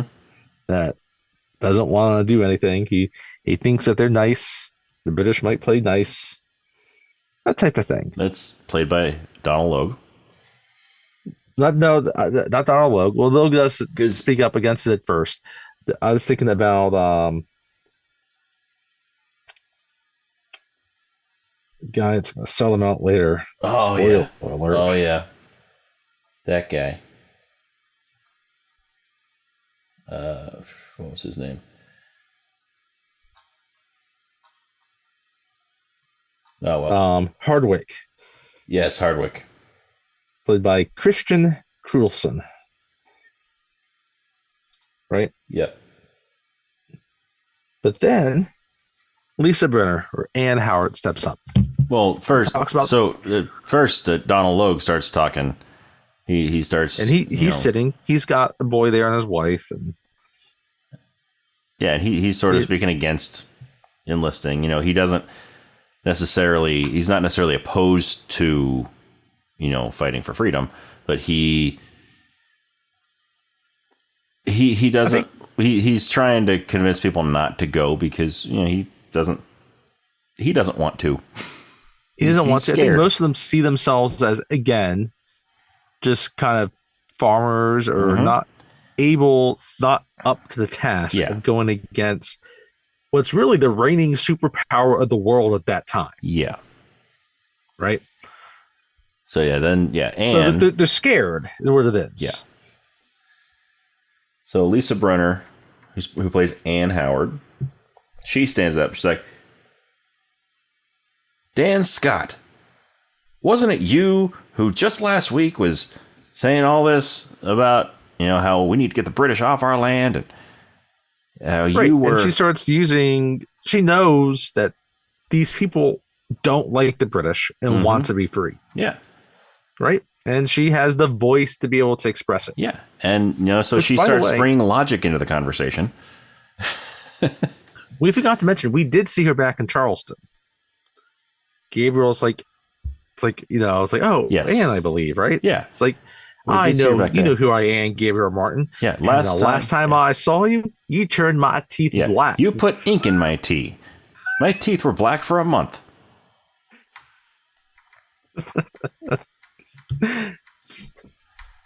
And then he's like, I was 10. So no, I believe that was one of my younger brothers. It was one of my younger brothers. Perhaps Nathan or Thomas. Like, no, it was you. Anyway, so we're back there, and then you start seeing... Gabriel doesn't say anything else. He just lets her talking do the convincing. Mm-hmm. Yeah. And different people start standing up, including Donald Logue, right? And then we get a look, and she looks at Gabriel. And Gabriel looks thinking at of her. him, and they're thinking of each other naked. Mm-hmm. Definitely they are. It ends, and then they both sort of give each other a smile. Yeah. And we cut back to the town, afterwards, and they're all kind of saying their goodbyes to family, and they're getting on the horses, they're getting their stuff together. And then Gabriel goes up to Peter. He's like, I'd like to have your permission to speak to Anne. To write Anne. That's right. And he's like, what? He's like, what? He holds a little horn up to his ear. He's like, huh? It's like, because he lost his hearing. I'd like your permission to write Anne. He's like, of course you call yourself a man. Of course you call yourself a man. And then Anne is like, Father, you heard him. Yes, you have permission to write me.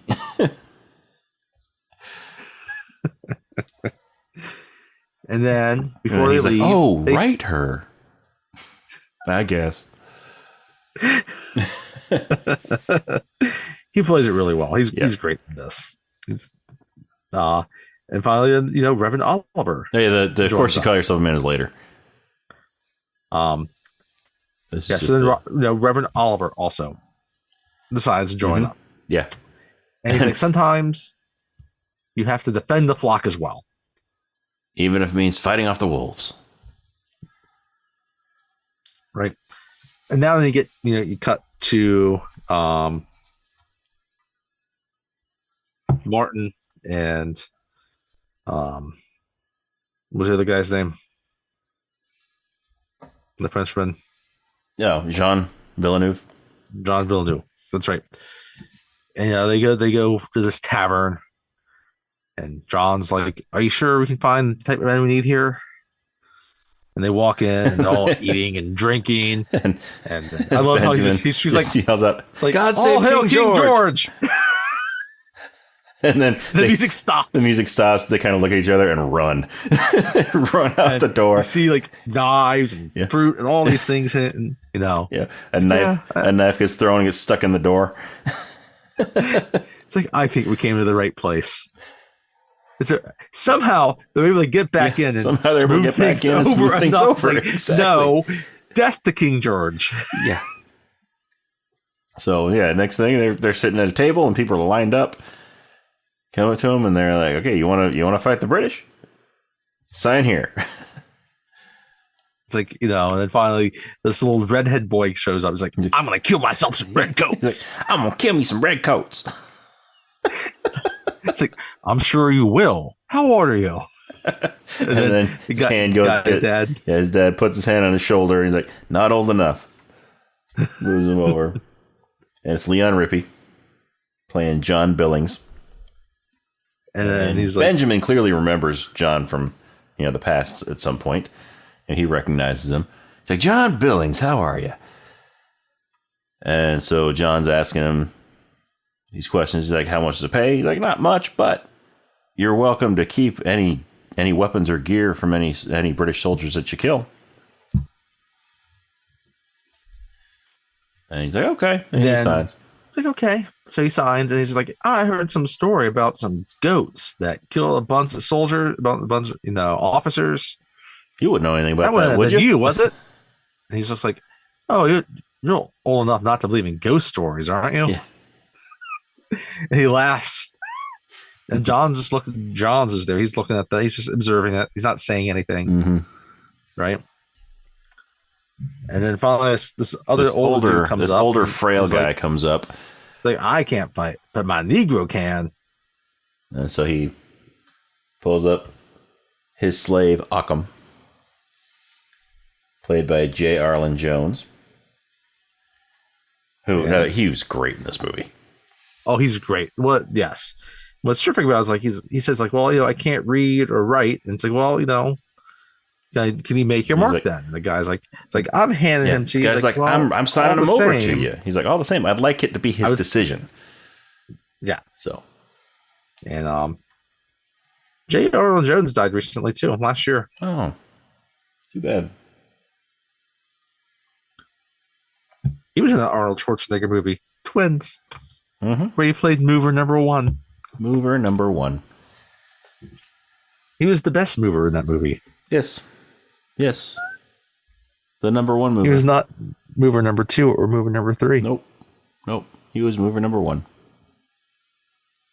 So he makes his mark. And they have their collection. They have their militia. Mm-hmm. So they're all back at the Spanish mission.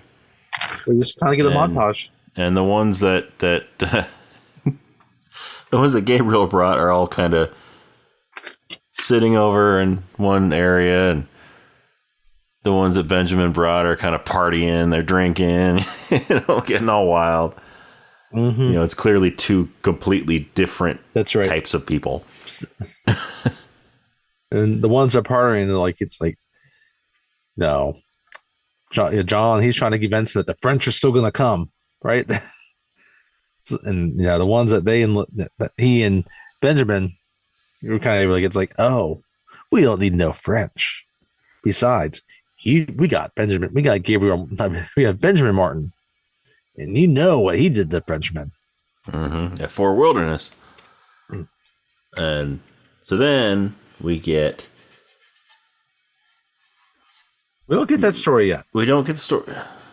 That's before the prisoner exchange again, right? Because now we get a montage, and it's John. He's training them how to shoot. Yeah. He's training them how to shoot, and they're taking down wagons, covered wagons, and British supply shipments and stuff like that. They had their first few small victories against the British. Yep. And they're getting different things. And we get one where they even come upon these different correspondences. Yes. Uniforms and correspondences and two Great Danes. Right. And at this point, we have a couple scenes where Gabriel's mending the flag. Mm-hmm. And there's this chance to create this new world. Right. Because he's saying this to, he's just talking about it. So, and finally, he reads the diary of Cornwallis. He's like, "Oh, I've just been in the mind of a genius." It's like, no, but the thing is, he's prideful. Maybe we can use his pride against him. Mm-hmm. Right. So now we cut back to a scene. There's a ball. Cornwallis is there. Tavican's there. There's a bunch of ladies there, right? And they're all in this kind of like lake, and there's some ships there, and they're expecting a shipment to come in of like different weapons, I guess. Yeah. And so then we see Cornwallis is right now. He's a little bit sad about his Great Danes. Mm-hmm. The Great Danes that were supposed to grow up to him. He knows what's happening to those dogs right now. And his correspondence. They might be eating them. Yes, they might be eating them. Those savages. And then we get a rowboat full of people in British red coats. But it's the militia. They rowing toward one of the ships. A bunch of their uniforms, right? Mm-hmm. And I love how, Benjamin, he looks at John, he's like, "You look good in red." He's like, "It stinks." It's like, well, it had a dead man in it.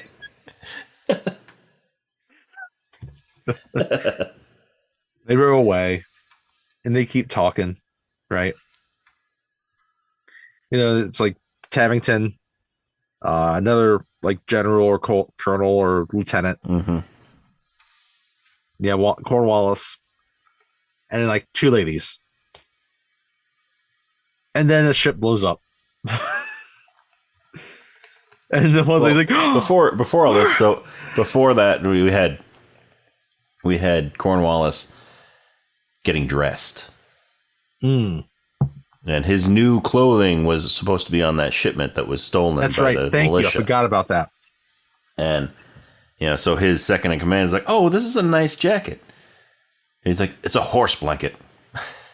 Like, "But sir, it's very nice. It's a nice horse blanket." Again, he's stately enough. He's gentlemanly enough. He might be a little angry, a little cross. Mm-hmm. Right. Okay, then we get the stuff outside. And then finally the ship blows up. The boat blows up. And this woman gets so excited. It's like, "Oh, fireworks!" And Cornwallis' face just drops. Yeah. Tavington has a flute, and he just throws the drink in the grass. Yep. Well, he takes one sip of it, and then he throws the rest in the grass. I mean, he's got to taste it first.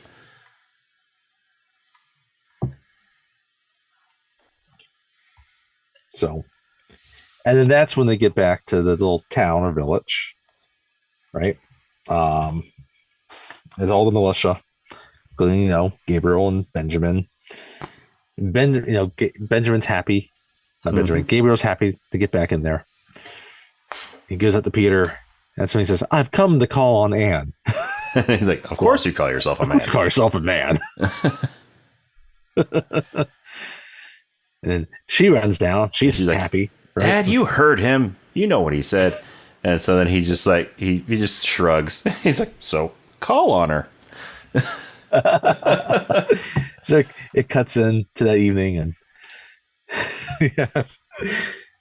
you have Anne's mom tying him up in a bundling bag. And he's in there. He's like, "Hey, I think bundling bags are wonderful. I think they're a great invention." And Peter, he's looking nervously, like, And then Anne gives, some tea. She has a teacup, but she has to, bring up his lips and, kind of give it to him herself because his arms are in the bundling bag. Yeah. And he's like, "Oh, it's good." And then he kind of smiles, and his teeth are black. And she laughs. Starts smiling. Like, I'm glad you like it. And it cuts into the Howard's bedroom. Yeah. And he's got his little ear horn. And he's listening trying to listen to the wall. His life. And she's like, "Just calm down, Peter. I sew better than my mother."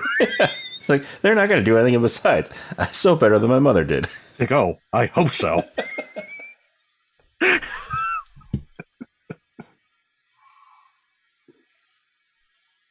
So it cuts back to the next morning, and then the one slave there, right? He's looking at this thing, right, and it's obvious he doesn't know how to read. Mm-hmm. There's this this bulletin board, basically. All these announcements and stuff posted to this wall. And he's just staring at it. And Dan So Scott, they find out that all Donald Logue is a Logue, racist. comes up. Yeah, this is when, we find out that he's a racist. And Dan Scott, right? I think we mentioned his name before, but and he doesn't. You're just gonna stare at it. Why can't you read it? And he's like, "Well, I can't read."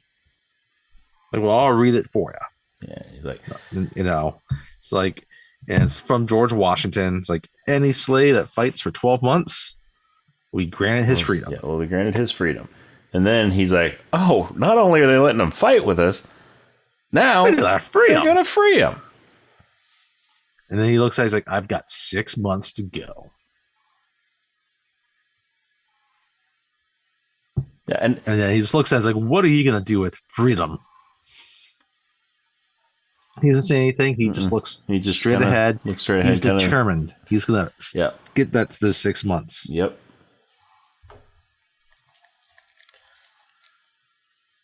So then Dan just kind of shrugs him off and walks away. So, so they're leaving, and then I have mixed up a few scenes. We'll get to that in just a second. So they're about to raid out another supply cart, right? But this time it's a trap. Yeah. Right?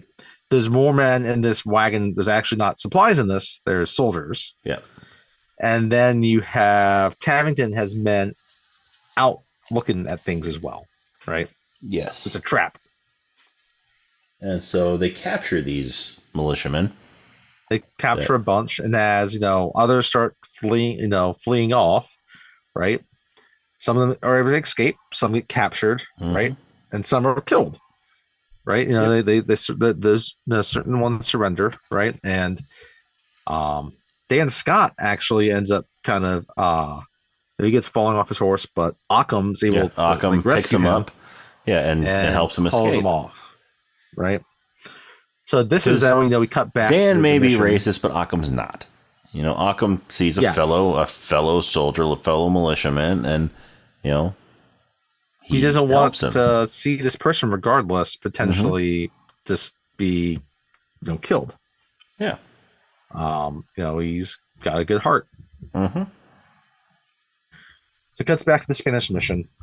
And that's actually when they start talking about, that's when John's like, oh, no, my countrymen will come. And then some are like, oh, no, we got Benjamin Martin, right? Yeah. That's when that conversation happens. Right. That's when that conversation And then, so all does happen in this one scene where then Gabriel looks at him and is like, Dad, because at this point, Benjamin and Gabriel kind of separated from everybody else. Yeah. It's like Gabriel has got a bunch Benjamin, I guess, was able to save a bunch of the 10 soldiers. Yeah, because when Thomas, that's right, they were on Thomas. When Thomas was killed, he was holding them, and when he got shot, they dropped to the ground. Right. So in the little pouch. So he picked up the pouch, but he's melting them down and making little musket balls out of them. Yeah, so he's melting them down, making musket balls out of the lead soldiers. He's doing this, and Gabriel shows up. It's like, complete strangers know about you more than I do. Yeah, he's like, every town we go to, men buy you drinks because of what happened at Fort Wilderness. Complete strangers know more about you than I do. What happened at Fort Wilderness?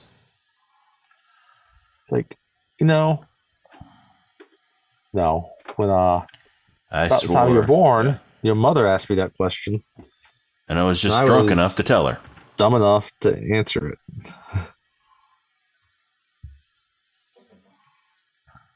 Right? And so Gabriel thinks that he's not going to tell him. And then he starts telling the story. How they were able to catch up to these Frenchmen at Fort Wilderness. After taking the French. Yeah, so after taking a beating, right? Yes. After losing a battle horribly, then they were able to catch up to these Frenchmen at Fort Wilderness. And they discovered the Frenchmen and Indians had slaughtered a bunch of the British men, women, children, sort of thing, right? And so they were able to. They ended up capturing a bunch of the Frenchmen that were there. Yeah, they caught up to them at Fort Wilderness, and then they slaughtered them. Yes. They tortured them, slaughtered them, just did all these horrible things to them. Except for two. They sent two back with heads on pallets. And then they sent the rest of the parts down the river to the Indians, and the Indians broke the treaty with the French. Sort of thing. So, and they said, like, yeah, we were treated as heroes. And then Benjamin's like, and men bought you drinks, right? And Gabriel, Benjamin's talking about how he can hear their like screams, right? And he's haunted by what happened. And the camera kind of pans over the marshes, and you sort of in the background of the music, you kind of hear some faint screams, and just to add to the story, effect. Right? To the effect of the story. Yeah. So the story kind of wraps up, and then he sees the little tin soldiers. He's like, well, yeah, Thomas was your son. He was my brother.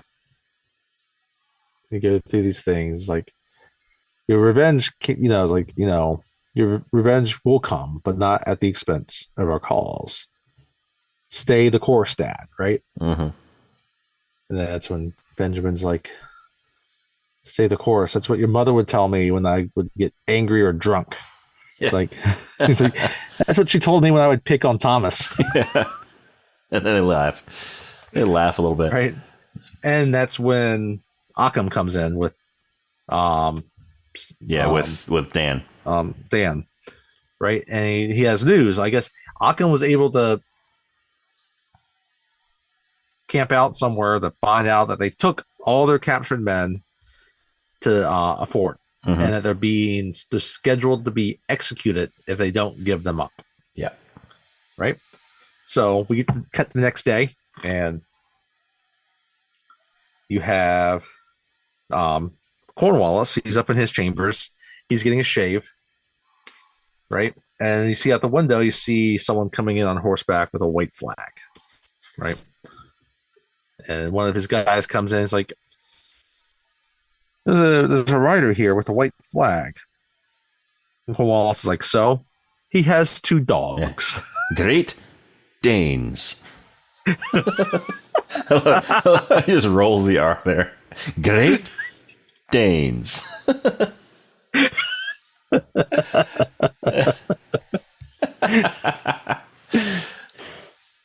And so we cut to a room there, and it's Benjamin's there. Yeah, he's looking at the dogs, and he sees a rocking chair. Yeah, he sees a rocking chair in the corner. He sits down in it, and he rocks. Because right now, doesn't fall. Yeah, because the guy went to get Cornwallis, so Benjamin's in this room by himself right now. So yeah, he sees the rocking chair, sits in it, starts rocking. It doesn't fall apart. So he gets out, he picks it up, and he starts looking at it. So then when Cornwallis walks in, Benjamin's on his hands and knees looking underneath this rocking chair. He doesn't ask how it's constructed. Nope. They just get down to business. He just sees Cornwallis walk in, and he, stands up, straightens up his clothes, and they get to business. And first, Cornwallis thanks him for bringing his dogs back. They seem to be well fed and well taken care of. So, I'm sorry. And before we get to this, as he's riding up, you see the soldiers, not the soldiers, the militiamen. They're all in the same cage, right? You get the Leon repeat character looks the Reverend. It's like, Reverend, can you write a letter to my son and wife? Like, of course. But first, let us pray. And then, he's starting to say, the Father, the Son. And then he hears him say, Leon Ripley's like, the Holy Ghost. And that's when when Martin shows up, right? So then so back to the conversation between him and Cornwallis. It's a very gentlemanly discussion. Yeah. And they're going to talk about prisoner exchange, right? And, you're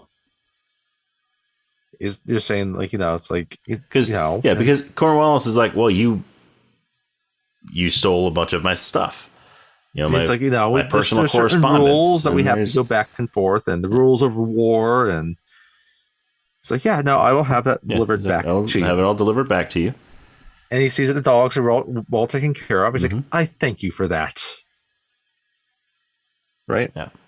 And so they finally get to the last piece of business. Yeah, and prisoner exchange. It's like prisoner exchange, and Cornwallis is like, what? Well, I have... It's like, well, you have 17 of my men. Like, I have 17 people accused of treason or something like that. It's like, well, if that's the case, then 17 of your men should die. 17 of your officers will die. Officers, right? And it's like, what? So he gets because it starts out because Cornwallis is coming down because there are certain rules of war. You're specifically targeting officers. Officers are there to lead. If the regulars are left without a leader, then it's going to be chaos. And Benjamin refuses to stop killing officers. Yes. And then he's like, well, then 17 of your officers will die. And so he brings him up, looks out the window. He's like, tells him to look along a certain ridge line. Gives him a spyglass. Yep, you can see these 17 red uniforms, and there's some guys with guns pointing at them. And then he tells him, this is not the conduct of a gentleman. And he asks him, like, who are they? He's like, well, they didn't give me their names, but we have. But I can tell you their ranks. Yeah. So he goes through these ranks, and finally he's like, and a very fat sergeant, one very fat colonel, one very fat colonel, sergeant. Yeah, well, yeah. Sorry, called me a cheeky fellow.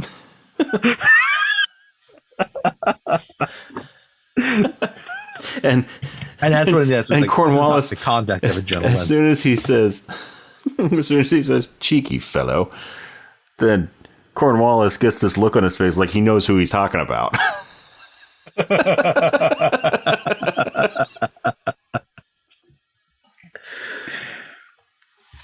But so Cornwallis, agrees to the prisoner exchange, and then the camera cuts to the militiamen that are out there with the British officers. That's like the end of the scene, right? So he leaves. The Great Danes want to follow him. Yeah, but he sort of motions for him to stay. And he gets out, right? And then that's when they announce release the prisoners. And as they're being released and they're about to leave, that's when Tavington shows up. And Tavington's like, he looks at it.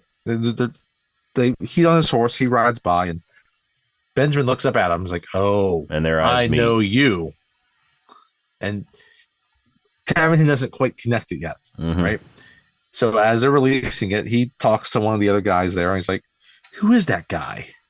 Do I know him?" That is your ghost. He's your ghost, Benjamin Martin.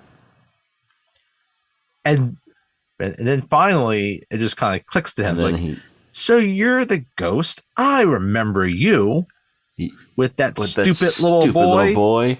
Did he die? That's a shame doing one's duty sometimes, but sometimes you get a real thrill from it. So you get a real thrill from murdering children. Good on you. Right? Mm-hmm. So that's when Benjamin... He's about to leave, and he hears this. Yeah. And he just has to stop. He walks back toward Gabriel Tavington. Looks like Dad's about to kill this person. All of us. And he just walks up to him, looks him in the eyes, and says, "Before this war is over, I'm going to kill you." And he just looks at him. He's like, "Why wait?" He looks at him. He's staring at him in his eyes, and he's about to go all Mad Max on him. Mm-hmm. And just says, "Soon." And he turns around and walks away. And as he's walking out of the gates, he whistles, and the dogs come running out after him. And then they're looking. The rest of their guys are looking out from that ridge line. They see they've been released. Like, oh, okay. And it's like, all right, we can go. And then we see that they're all just a bunch of like dummies and a bunch like of like straw, scarecrows, like straw men, in the stolen British uniforms. We cut back, and Cornwallis is going over strategy, and one of his guys comes in. It's like, here is one of the captured officers. And he puts this straw man down. And Cornwallis just looks angry. And he's yelling at Tabington, "You gotta find that man. He embarrassed me." Right? And Tabington's like, "Well, I will need these brutal tactics if this is going to happen. But I alone will take the responsibility. You don't have to bear the brunt of this at all. But you do know that if this happens, I can never return back to England. It will be shameful for me if I break such rules of war, right?" Mm-hmm. So basically, he gets Cornwallis to agree to give him land in the colonies. It's like, tell me about Ohio.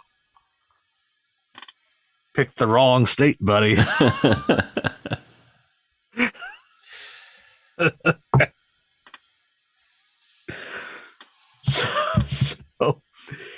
So, he finally goes back and he finds Adam Baldwin, Captain Wilkins. He's asleep in his tent. It's like, this house, this farm along this certain place. Like, well, who lived there? It's like, oh, that's Benjamin Martin. Like, what, do you know him? Do you know him? He's like, I could tell you everything there is to know about him. I could tell you the size of his boot. It's like, what about his family? And now you can see Wilkins. Wilkins is seeming uneasy about this. Mm-hmm. It's like, and he's like, where would he take his children? Wilkins is still looking uneasy about this. Yeah. But Wilkins still tells him. Right? Yeah. He says, cut back to Charlotte's house. His wife's sister has a plantation. Right? So he says, his wife's sister has a plantation. So we cut back, and we have Nathan. He's sitting on the porch. He's got his rifle. He's looking out, and then you think he here's some soldiers out in the distance, right? And so he gets back in the house. He tells Charlotte and the rest of his brothers and sisters that the British are coming. The British are coming. So it's a kind of a secret passage down into like the cellar, and in the dining room area. So they get in there, and Charlotte kind of sees the soldiers as they get into the house, right? And they all get down except Nathan. Nathan stays behind to be the last one to go down. He hides under the dining room table because by the time he's about to go down the ladder, the British are right outside the door to the dining room, and so he shuts everything up to make sure that they're able to get down there safely, and he hides under the table. And they're looking around the house, and then Tabington's down there, kind of, just outside like the front door, like the main hall area. And it's like, well, we can't find them in here, but they couldn't have gone far, right? Yeah. So the soldiers go to search the rest of the house, and Tabington walks into that dining room. And he's walking around, looking around. You see Nathan under the table, and there's this big tablecloth that goes almost all the way down to the floor. Right. And you see Tabington's feet. You see his boots. Yep. Walk by. And then one of the guys comes in, talks to him again. He's like, okay, well, get the slaves, and search the properties. Right. And the guy leaves. Right. And then Tabington he's got his musket, right? He's ready to shoot if he has to, and pulls up the tablecloth. Well, And so Nathan, he aims his musket at Tavington, and he cocks it. that's right. That's right. As Tavington's walking toward the door to leave, and he hears the musket cock, and he stops. Yep. And he turns around. He walks back, looks under. And he picks up the tablecloth, and there's nobody under there. And then we see that Nathan has moved out from under the table, and he's now next to it, crouched down. Kind of like squatting, like behind one of the chairs and next to it. And so then that's when Tavington walks out, right?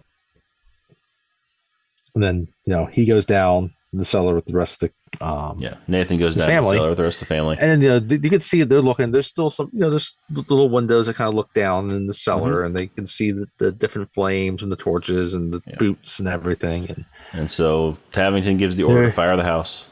Yep. And they kind of get out of the basement. They're running back to the bush, trying to, avoid being, trying to evade them, avoid being seen. Mm-hmm. And some of the British soldiers, they sort of see them off in the distance. They're turning to go investigate.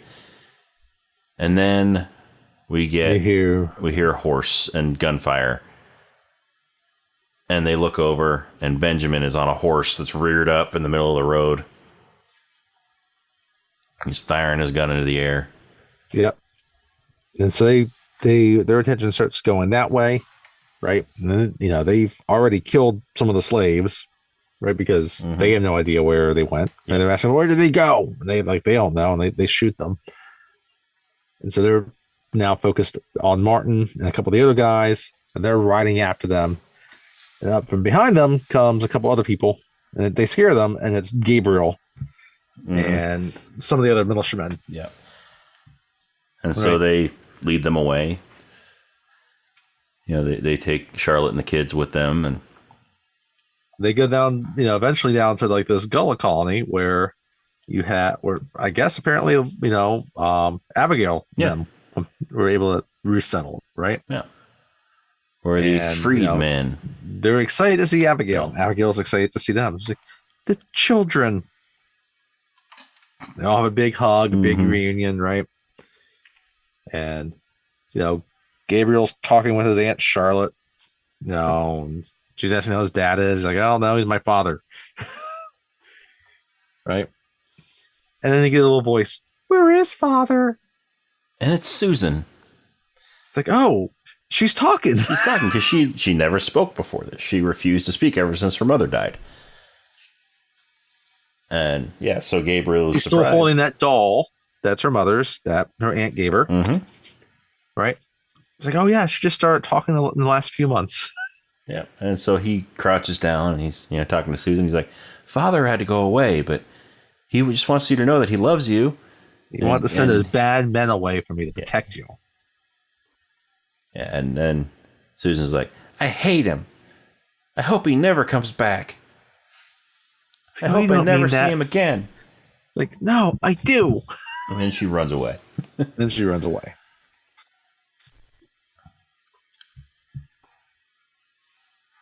So then we get back to the mission, right?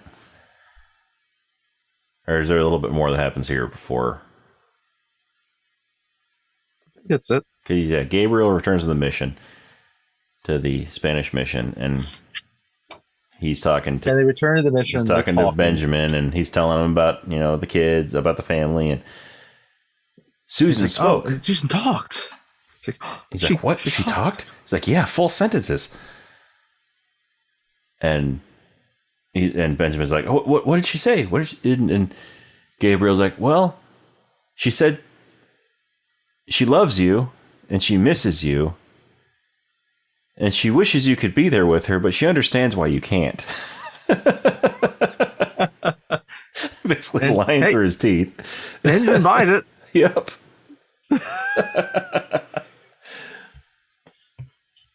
It'd be like, bullshit.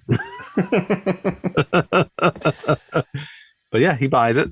It's like, that's something. But then I forget who it is that comes up. It says Tavington has a list of our men. Yeah.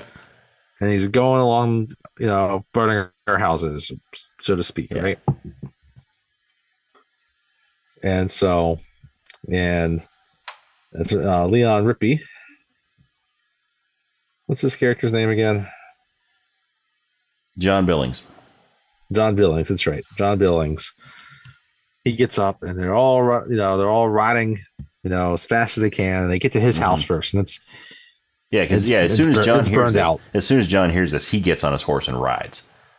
It's burned out. Yeah. Like he gets there and then he walks over. There's this little redheaded boy. Earlier, so when he went off, when John Billings went off with the militia, and then when his wife and son, just before they rode off in the wagon to go home, he had given his son a toy gun that he carved himself. Yeah, a little wooden toy gun. Mm-hmm.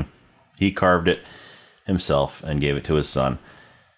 And so, he gets there, sees that his house is burned, and then he sees his wife and son laying on the ground dead. And the son has the toy gun right next to him. He was going to kill himself some redcoats. Seriously, fuck Taffington. Mm-hmm. Yeah. What is wrong with you? Yeah. But these are serious war that crimes. Boy, that little boy was using that gun that his dad gave him, even though it was a toy. But he was using it to defend his mom. And so now so John Billings, he's overwhelmed and he's crying. He's looking around and at some point, and looks like he's getting ready to run back and get vengeance. And Reverend Oliver tells him, "Hey, no, this isn't the time for vengeance. It's time for mourning. This is the time for mourning." And John Billings he pulls out his gun and shoots himself in the head. Yeah, and commits suicide. Look at it, and then John looks at him. He's like, "No!" Right? He shoots himself, and then the Reverend drops to his knees, and he's shaking, about it, and everyone else is just traumatized with what just happened, right? So Benjamin says, "Okay, everyone, you get 7 days furlough. If you don't come back, I'll You're not understand. going to be thought a coward. Yeah, you're not going to be thought a coward or a deserter." Right? So they had their 7 days. So Benjamin and Gabriel return to the beach where the family is. Mm-hmm. And Benjamin wants to get some of that dead wife's sister nookie.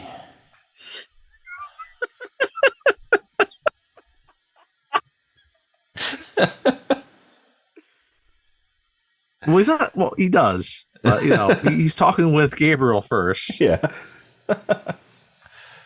And Gabriel's like, what? At one point, Dad, you told me that when I had a family of my own, I would understand. First, they get there, and Benjamin sees.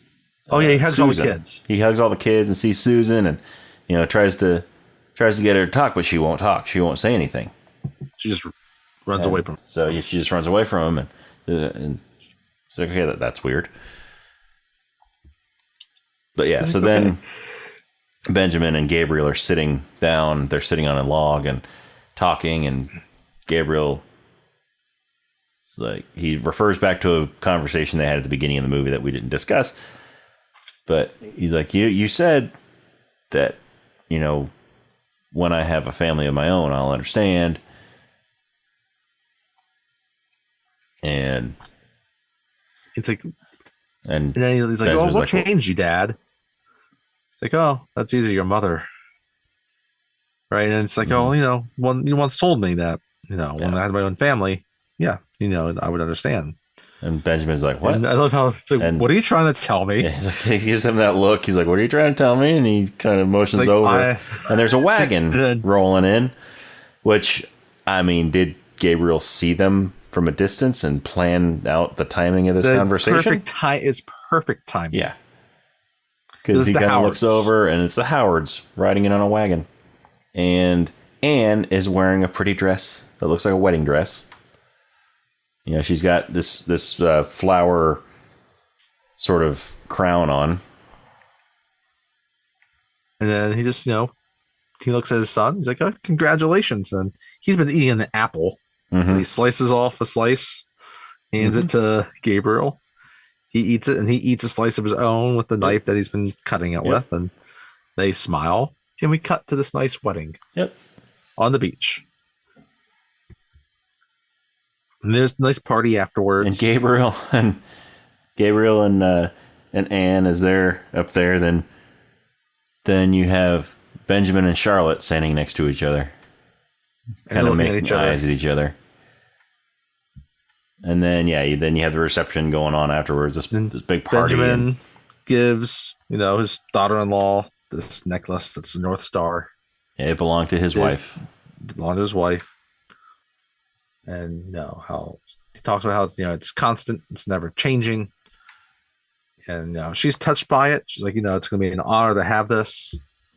Right? And Gabriel comes and is like, "Don't move into my woman, Dad." He's like, "You got your own."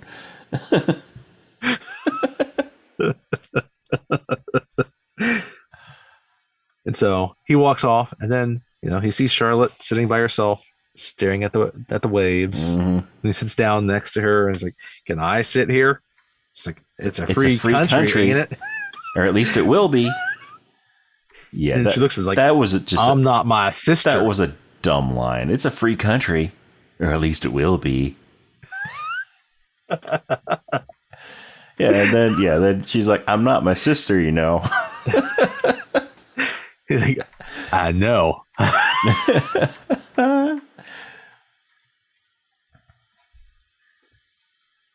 Which means they are going to fuck.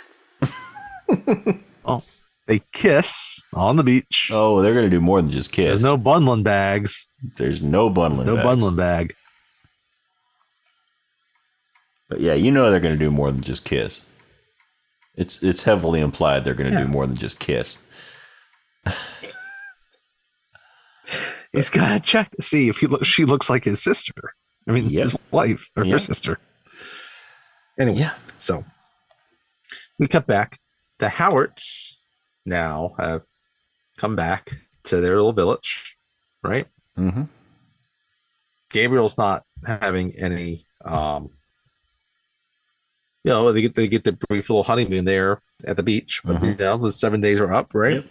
So Gabriel, the Howards return home, and Gabriel and Benjamin return to the Spanish mission. But before they leave, as they're getting ready to leave the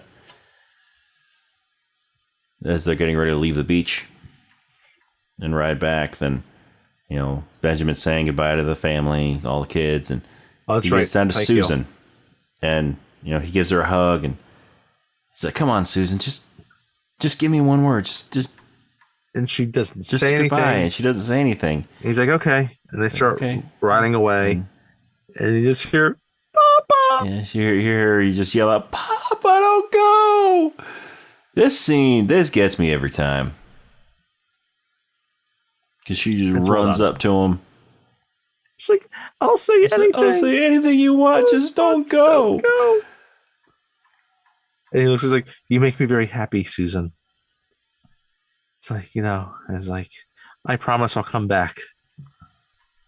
Which generally is a death sentence when someone says this. Yes, absolutely. In such a situation. Absolutely. And considering that, as we discussed in Braveheart, he dies at the end of Braveheart. Yep. Very easy to think that he's going to die at the end of this movie. Yep. We won't get to that yet. We're getting close. We're not there yet. So they leave. He's crying. She's crying. Everybody's crying. Mm-hmm. Everybody in the theater was crying. The Marks get back to the... And they have... Wilkins is there. And Peter's like, "Mr. Wilkins." And he just looks at him and is like, "Colonel Tabington wishes to address the entire town." In the church. I'd be like, "No, thank you." Yep. No. Bye. It's like, so everyone's in the church. Like, okay. I get how they could feel coerced to go into this church. Yep. But considering how much this town hates the British, Yep. I don't know. And they haven't been secretive about it at all. Right. So they're all hanging out there, and Tavington comes in on his horse. He's like, this town has aided a Benjamin Martin. Has given Giving him supplies. right. You know, It's like, giving his soldiers shelter. anyone that gives him up, if you give him up and his whereabouts, then you will be forgiven. No one's talking right now, right? It's like, oh, very well then. And then finally, Hardwick speaks up. It's like, he looks at Peter and he's like, this man helps him. Yeah, this man sends him supplies. And Anne's like, shut up. And then Peter's like, you be quiet. It's like, oh, the old Spanish mission out by so-and-so. It's like, thank you. And he, turns around and starts to leave. And he's like, lock the doors. But wait, you said I'd be forgiven. But you said we'd be forgiven. He's like, that's up to God, isn't it? That's between you and God. And shuts the doors and they lock them. They chain the doors. And everybody's in the church and they're trying to figure out what's going on. They're panicking. And then you see the shutters on the windows start shutting from the outside. And, we cut to Wilkins. And he's talking Italian. He's like, town's ready to be burned. And Tavington looks at him like, forget the town. Forget the town. Fire the church. It's like, there's no honor in this. Yeah, Wilkins is like, there's no honor in this. And Tavington's like, fire the church. Didn't you say that anyone that stood against the king deserved to die a traitor's death? Yes. And then you have all the British eyes looking at him. And then finally, because he's a cowardly little piece of shit, he has somebody hand him a torch. He rides up to the church and tosses the torch onto the roof. And then everyone else then other torches start getting thrown. And smoke starts going in and just panicking. And there's little kids in there. And there's the Howard family. They're all crying. People are they're picking up, coat racks and, pews, and they're trying to break the windows. Break down the windows, but they're boarded up. They're trying to break through the shutters and trying to use stuff as a battering ram to get through the door. But the whole place is starting to fill with smoke and the flames are starting to get in. You finally just got the final kind of scene that you have on it, the shot that you have on it. It's just, the kind of the steeple, and there's just the smoke and flames coming up through it. Right. You kind of, we cut back and it's it's kind of a sunny day. Yeah, it's a little while later. Church is kind of burned down, but we get the militia. They get there. Well, first, we get the militia. We get to see where the rest of the town is. Yeah. So Gabriel is leading the group that came from that town. They're riding up to the town, and they see the smoke from a distance, and they're searching the houses and like, where is everybody? And Benjamin looks. The doors are still kind of standing up there, and he sees the lock, the chain. Well, Benjamin wasn't there. Gabriel. Benjamin was there. What? Oh yeah, most of them are there. Right. Yeah. He's not going to ride off with the big group. You're right. Yeah, Benjamin was there. But yeah, he sees the lock and the chain, right? Because there's still part of the door that's standing. The church is all burned down. There's still, some rafters and stuff that are on fire, and the door, there's a part of it that's still standing, and you can see the chain on the door. And the realization hits. And then you have a scene, and they're going through the rubble, and he finds the necklace with the star, and then you get a scene there, and it's Gabriel. He's burying his wife, guessing her, parents also. And then once they bury the dead, John then starts to say that, it's like, then he says like, it's like Gabriel's gone after, like a bunch of them have gone after, they or it's like they've camped out, and Gabriel and these others have gone after them. So as the movie has been progressing, Benjamin and Jean have sort of come to a mutual respect. Yes, they have. That's they have. Yeah, no, I think they're at this point now where they respect each other a lot. Mm-hmm. So like we forgot to mention, like John mentioned, there's a scene where they kill some of the British soldiers that are trying to surrender. Yes, that's right. Right. And then there's a debate within the group about, well, what do you do? Right. And Gabriel is like, no, we take them as prisoners of war. Mm-hmm. Right. Yeah, like, no, they would not afford us that same respect. Because it was some of the ones John, that Benjamin had recruited that killed the soldiers. Right. But then John is like, British soldiers did not care about the shit that had my wife and daughters on it. Mm-hmm. They fired upon. Right. Yeah. So now you get his sense. This is like what's one of the things that's driven him to just detest the British. Right. Yeah. And so then that got Benjamin to make a new rule that all British soldiers who surrender will be given full quarter.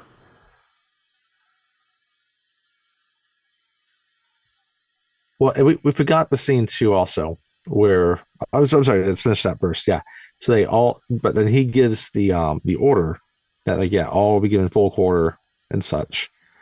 And then if you don't comply with this, I will have you shot. Mm-hmm. Right.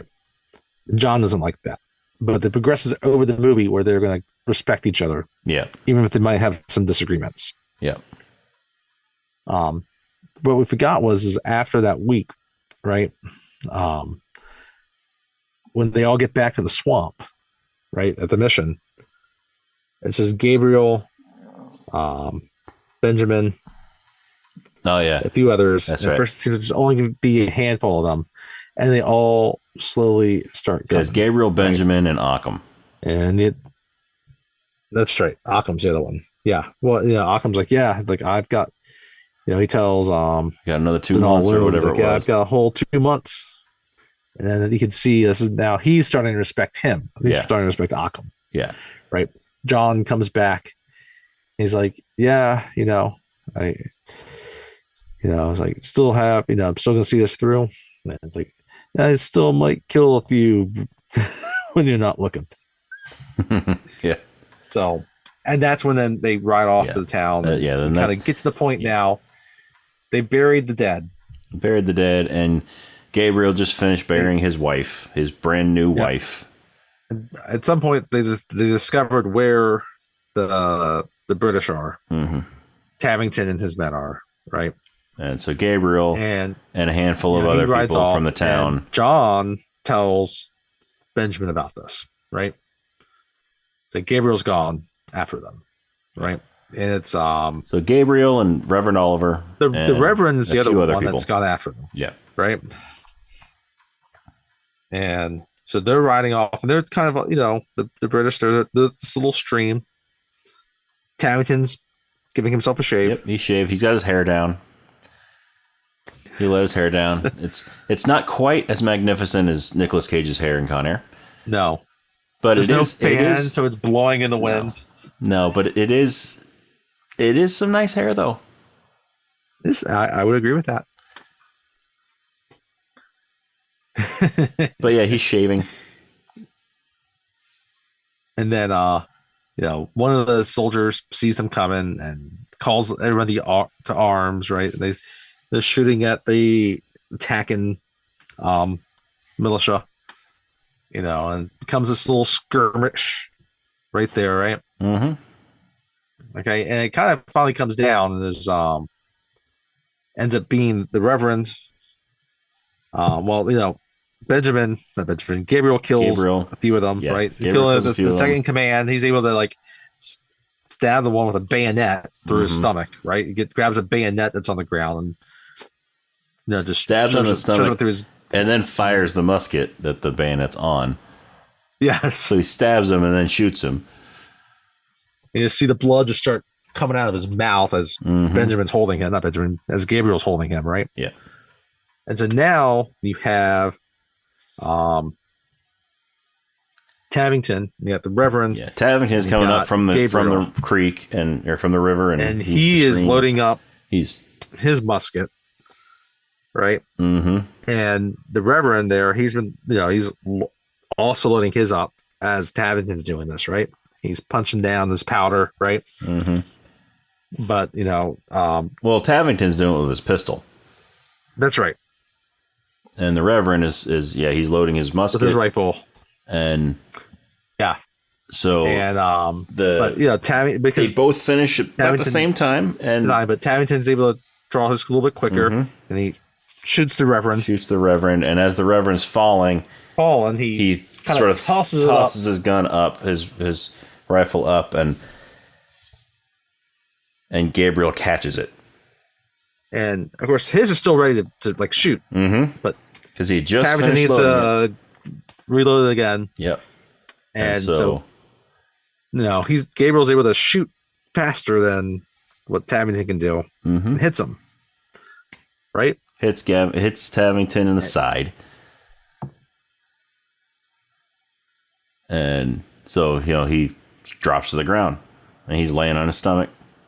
Then Gabriel sees a bayonet and he's going to pick up the bayonet. No, he picks up he picks up a knife because one of the guys, the British soldiers have been stabbed. Right. So he pulls the knife out of the soldier's back. That's right. And as he's about to strike down, Tavington turns over and he's picked up a sword. Oh wait, no, he doesn't pull it out of his back. He's got a knife in a sheath. He pulls it out off his belt. That's right. It's off the soldier's belt. But Tavington has a sword that and then he just plunges it through Gabriel. First, Tavington is laying on the ground playing dead. And so Gabriel decides to be really stupid. And rather than just picking up another gun and shooting him again from a distance, he wants to make this personal. So he takes that knife and he walks up, creeps up behind him real quiet, raises the knife, and then makes the mistake of inhaling very loudly. And just as he's about to bring this knife down and stab Tavington in the back, Tavington turns around. He's got his sword ready, and he just stabs Gabriel in the stomach. And Gabriel drops the knife, grabs his stomach, and falls to the ground. And then Tavington... Very good sound effects here, by the way. Yes. The music's been the score, it's mostly been like music and score, and it's been great. And then it just shuts there, and it's just the sound effect of the sword going into him, and he's like, "Oh!" Right? He gasps and he falls, and Tavington runs off. Right? And after Tavington runs off, Gabriel is kind of seeing this. Not Gabriel, Benjamin's seeing this because Benjamin rides up down just this time, and he sees Gabriel on the ground. Now he's holding the dying son. He runs up to him. And Gabriel's like, "I'm sorry, Father." It's like, he's like, "I'm sorry, Father, about Thomas." It's like, no, son, no, Thomas was my fault.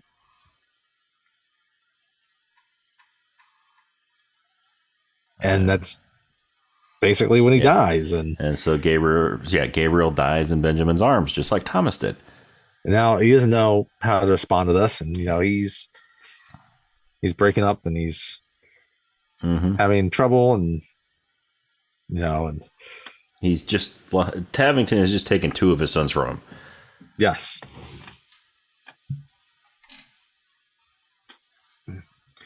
So we kind of cut and we're at a camp now. They've met up with the army. And, they have Gabriel's body there and, he's in the tent and Chris Cooper comes in, right? Mm-hmm. And Benjamin looks in Gabriel's bag and he sees that flag. He pulls it out and sees that, like, that it's been Burwell's mended. asking him to stay the course. They continue to fight. And he's like, I've done my fight. And he sees the flag in the bag and he walks out. Right. And he buries him. He still has the bag. The flag's still sticking out. And he buries him. And he takes it out and he starts looking at it. And then it cuts to the militia, who is now fighting alongside the regulars. Right, because after he left the camp there, right, you had John and some of the other militia. They said that they would fight with them, in this upcoming battle. The Battle of Cowpens is what it's going to be. And if you know your Revolutionary War, it's a very decisive battle. Yep. And they're all marching. Dan and Occam are standing next to each other. And Dan, this is not. They didn't say this yet. They're marching together though. They're going to say it at the beginning of the battle, but we don't get to the battle yet. Okay, yeah, that's right. So they're marching. John's kind of marching with Chris Cooper, Burwell, right? But you can tell that the militia's morale is really low right now. Yes, they just took a major hit. And then we see over this hill, we see this American flag. You see the American flag, and you hear a horse galloping hard, right? And you see William Wallace, and his face is covered in war paint. He's got a kilt on. Yes. Mel Gibson, but for some reason, he's carrying an American flag.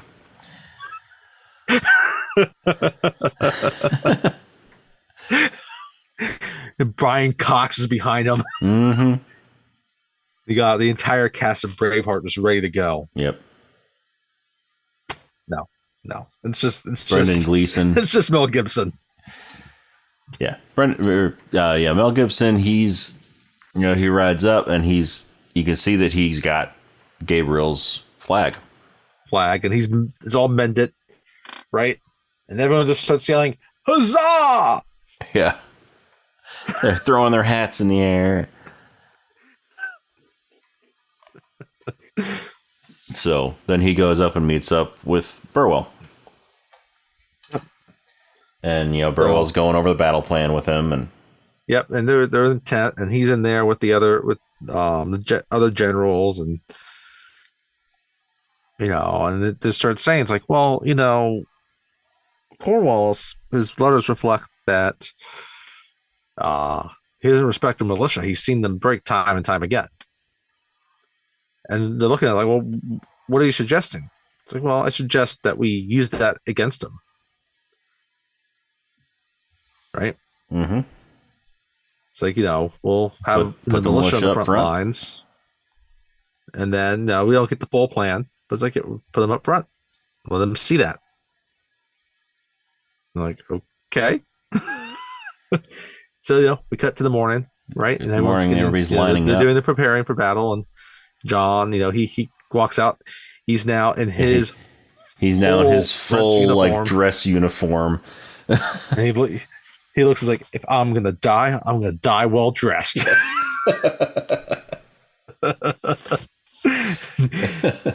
Benjamin kind of rolls his eyes, like, all right, I respect that, I guess. And he's talking, and then Benjamin talks to a few of the guys. He's like, I want you to only fire, we're going to fire 2 shots. It's like, well, a lot can happen with British regulars in 2 shots. That's why I'm not asking you to do 3. Mm-hmm. Right. And so they're all ready. And, now it cuts into the lines, and you got the drummers, right? And you just had the whole shot of the advancing lines. Sort of painting across the lines. And you got cannonballs being fired across the field. Well, before the battle actually starts, you get Dan and Occam standing next to each other. Yep, as they get in lines. Yeah, this is where you get the line. Dan mentions to Occam, like, it's been 12 months. It's been free. 12 months. You're 12 months past 2 months ago. You're free. He's like, I know. I'm here on my own accord. And then Dan, like, it's an honor Dan fighting is like, next to you. Yeah, he's like, well, I'm glad you're here. I'm honored to be fighting next to you. Honored. He's a reformed bigot. Mm-hmm. He got to know a guy. Yeah. Amazing what can happen. Yeah. Maybe Tavington should just know people. Maybe Tavington should get to know children. Maybe then he wouldn't be so quick to kill them. Snickers. Maybe he does. Maybe Tavington needs a Snickers. He hasn't eaten this entire war. He gets so child murdery when he's hungry. Huh. Yeah, like Anakin. So, but we get a shot of Cornwallis, and he really just wants the war to kind of, at least the war to basically end that day. He wants to crush him, right? So, but we get a little bit more insight into that. Yeah, later, right? So the cannonballs start going, and before Benjamin rides off to the front line, he looks, he's there with Cornwallis. He's like, I want you to give my letter to my kids, right? Yep. And so he rides up front, and he's marching. He gives they may take our lives, but they'll never take our freedom speech. They all pull down their pants and then moon the British. Mm-hmm. Because they don't have their they don't have their kilts to lift up. Kilts to lift up, right? So they actually have to drop trowel to do it this time. A couple of them take musket balls to the ass.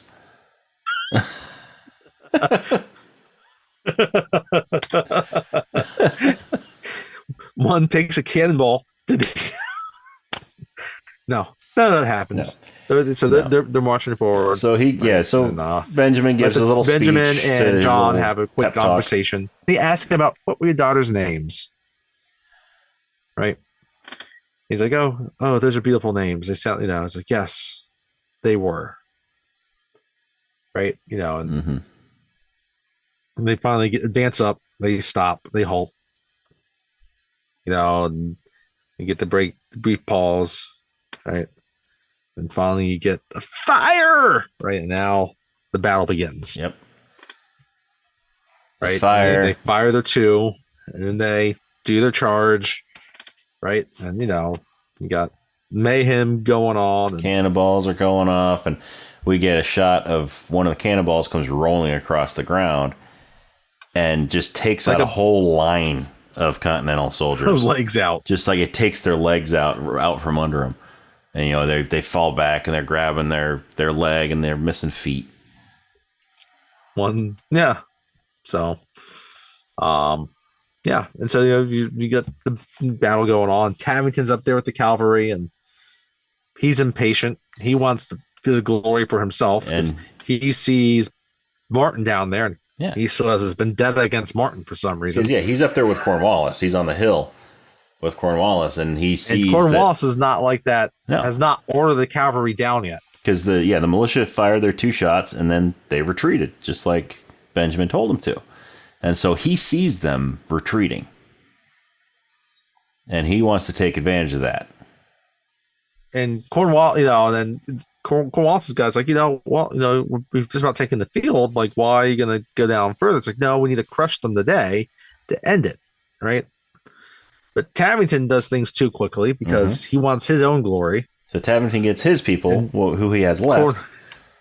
Cornwallis is like, we'll see who takes the glory from this field. Damn that man.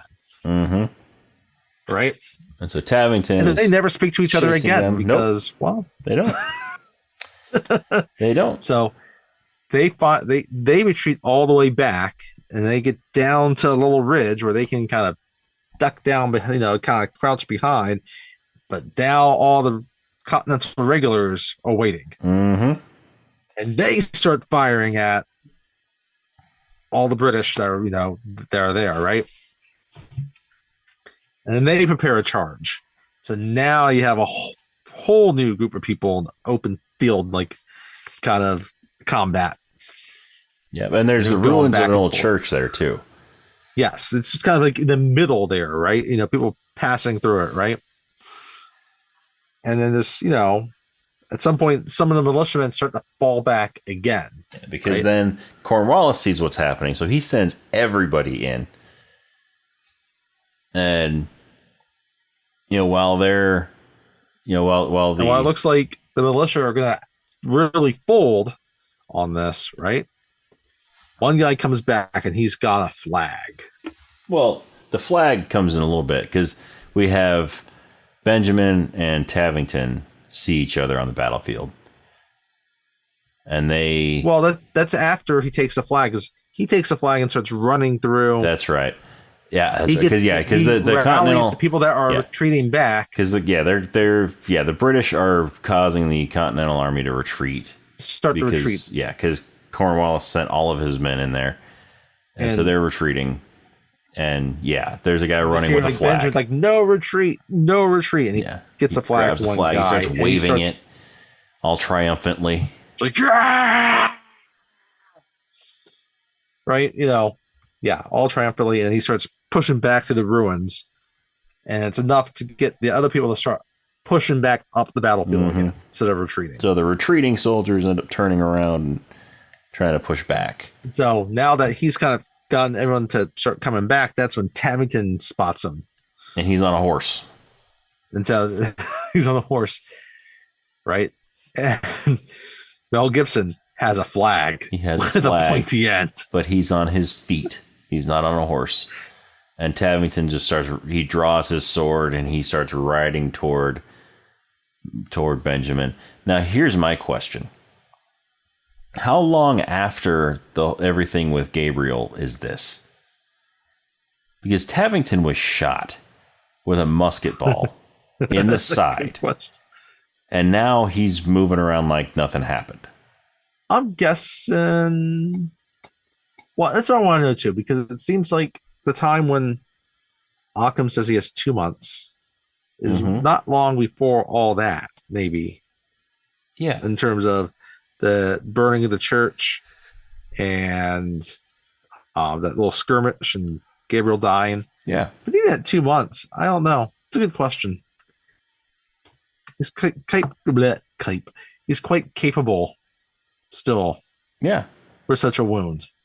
Yeah. To be doing what he's doing. Back in the 1700s, a wound like that could very easily kill you. Yeah. Very easily a fatal wound.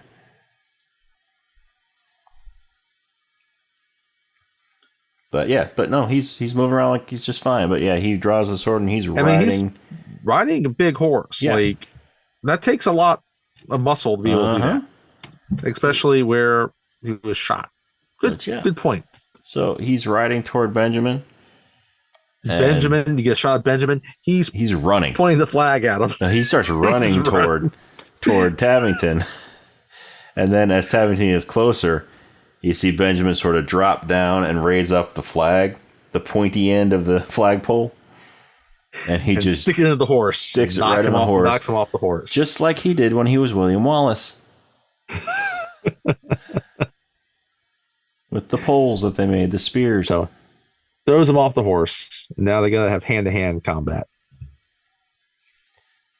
But you can tell, like it's blatant that the special effects in this part, that it's a fake horse that runs into that flag. They didn't kill an actual horse for this. No, they didn't. But they didn't try to hide the fact that it was a completely fake horse that ran into it.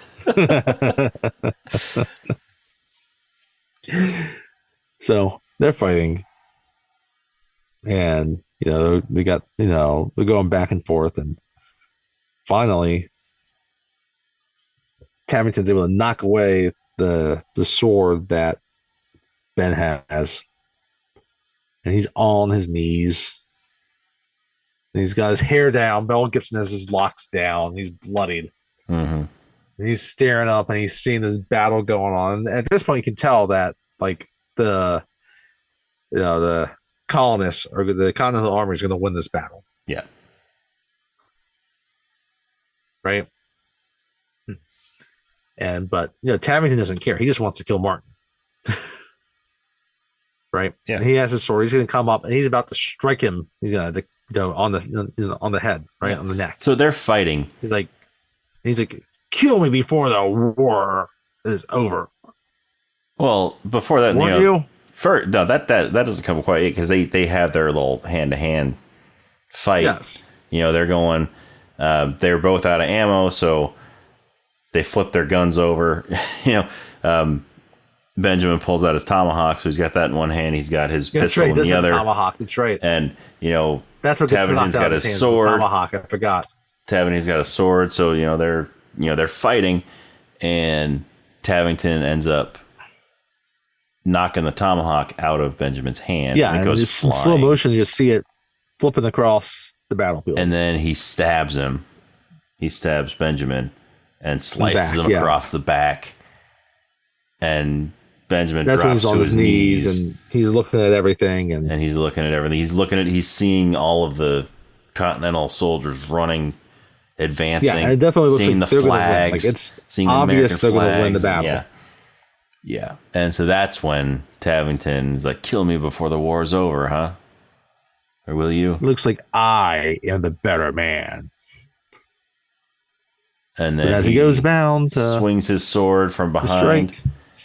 Then at the last second, Benjamin dodges it, grabs a bayonet off the ground.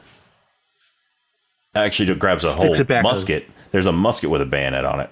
So he just grabs the musket and turns around and just shoves it into Tavington's stomach. And he detaches the musket off, and he takes it off, right? And he's like, the Tavington, he's still like kind of punched over because he's got a bayonet in his belly. Mm-hmm. He's like, first he kind of props him up with the musket first while he stands up. Now he just has the bayonet, and he has it just pointing at his neck. Right? He's like, no, you're wrong. My sons were better men. Yeah. And then he just very slowly just slides it right into his neck. In the butter. Yep. Stabs Tavington through the throat. And you can hear little gushes of wind because he's still propped up. He's still propped up on the rifle because there was the musket that had the bayonet on it, and then there was another just regular bayonet just laying on the ground. So he props him up with the musket, and then as he's standing up, grabs that other bayonet off the ground, and that's what he shoves into his throat. And he just kind of propped up there. He just leaves him there and lets him watch as. And then we cut back to Cornwallis's guys like, we might be able to retake the field. And he's just like, Cornwallis is like, one could hope. It's like, sound the retreat. And the guy's just like, sound retreat. And we see the victory waving the things, and Benjamin, he's hurt. Mm-hmm. he's been just slashed. Just a little bit. He's been stabbed. He's been slashed. He's looking around. He's kind of happy, and Jason Isaacs is propped up. It's like he gave him a kickstand.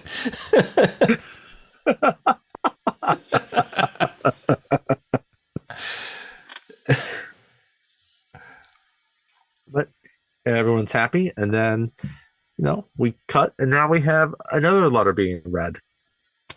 Dear family. Dear Charlotte. I'm propped up. Jason Isaacs. Colonel Tavington is now a statue. He has been propped up on the battlefield. I have given the order that no one is to take him down.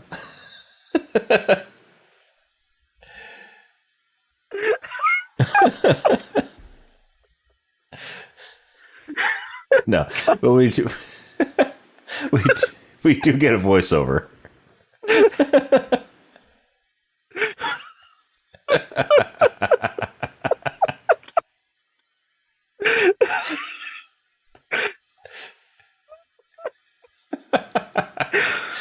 we do get a voiceover.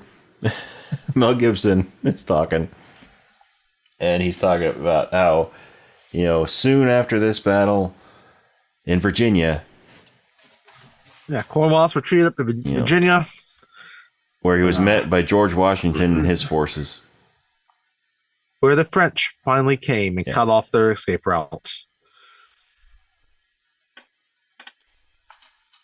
And that's when you have Yorktown. a shot where it's just John and Benjamin. Mm-hmm. He's like, and Benjamin looks like "Vive la France," and Jean replies with like, "Vive la liberté." And they smile at each other, and and they shake hands. They shake hands. They hug. Mm-hmm. They say their goodbyes. They'll always remember each other for being the valiant soldiers. Yep. Yeah. And then Jean will return later with the Statue of Liberty. 100 years later, he lives to the age of 150. He is just like a sea turtle. Yep. Sea turtle. Yep. Yeah. So, we get another shot of Chris Cooper and Benjamin. Mm-hmm. We find that Burrell and his wife are expecting a child. Yes. And it's like, no, he's no. She, my wife just had a child. She was expecting the child before. But she's had the child. As a baby boy, we named him Gabriel. And then, thank you. Thank you. That's a good name. And John's like, Gabriel's a good name. Oh, yeah, that's right. John said that. Yeah. And that's when the two of them kind of do their hug and goodbyes, and now we get a shot, and it's Benjamin and Charlotte's holding a little baby, and they're with the rest of the family. Charlotte's holding a baby. Where did that baby come from? Hey. Henry Winkle's just like, hey. I don't know where Fonzie came to this. Hey.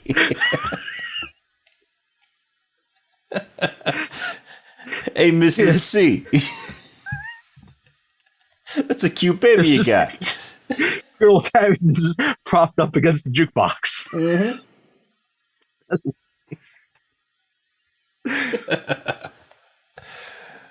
Baby came from somewhere. Yep. See, they did more than just kiss that night. So they're riding up, and there's this big house that's being built.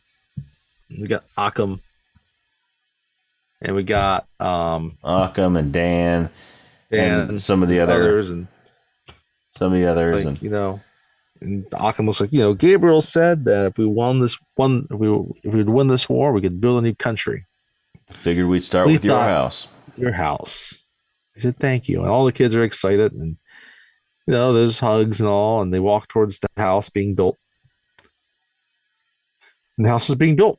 And that's in the movie. And it's an obvious metaphor that we have the country still to build. Yep. It's incomplete. Yep.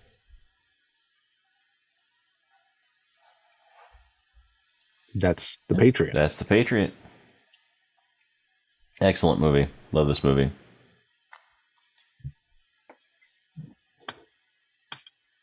Yeah, it was such a good watch. It's been a long time, and I was wondering how it would hold up for me. And again, I can understand some grievances about portrayals of the British, but it's an enjoyable watch as a movie. I'm not always gonna be one to be super. Not gonna be super critical. A lot of gripes about. Super critical. Thank you about historical accuracies, especially when it's largely a fictional movie to begin with. So we went through all this with Braveheart. It's sure it depicts true events, but the characters are made up. The story is made up. There's nothing wrong with that. There's nothing wrong with setting a fictional story in a real life backdrop, a real life era. Not at all. Happens all the time with current movies. You know, with the current time. Just because it's history, does that really, that doesn't mean that it has to be 100% historically accurate. No. They don't claim that it's a true story. No, they don't. They actually, it's funny. They did use a few, William Wallace was a historical person. Yeah.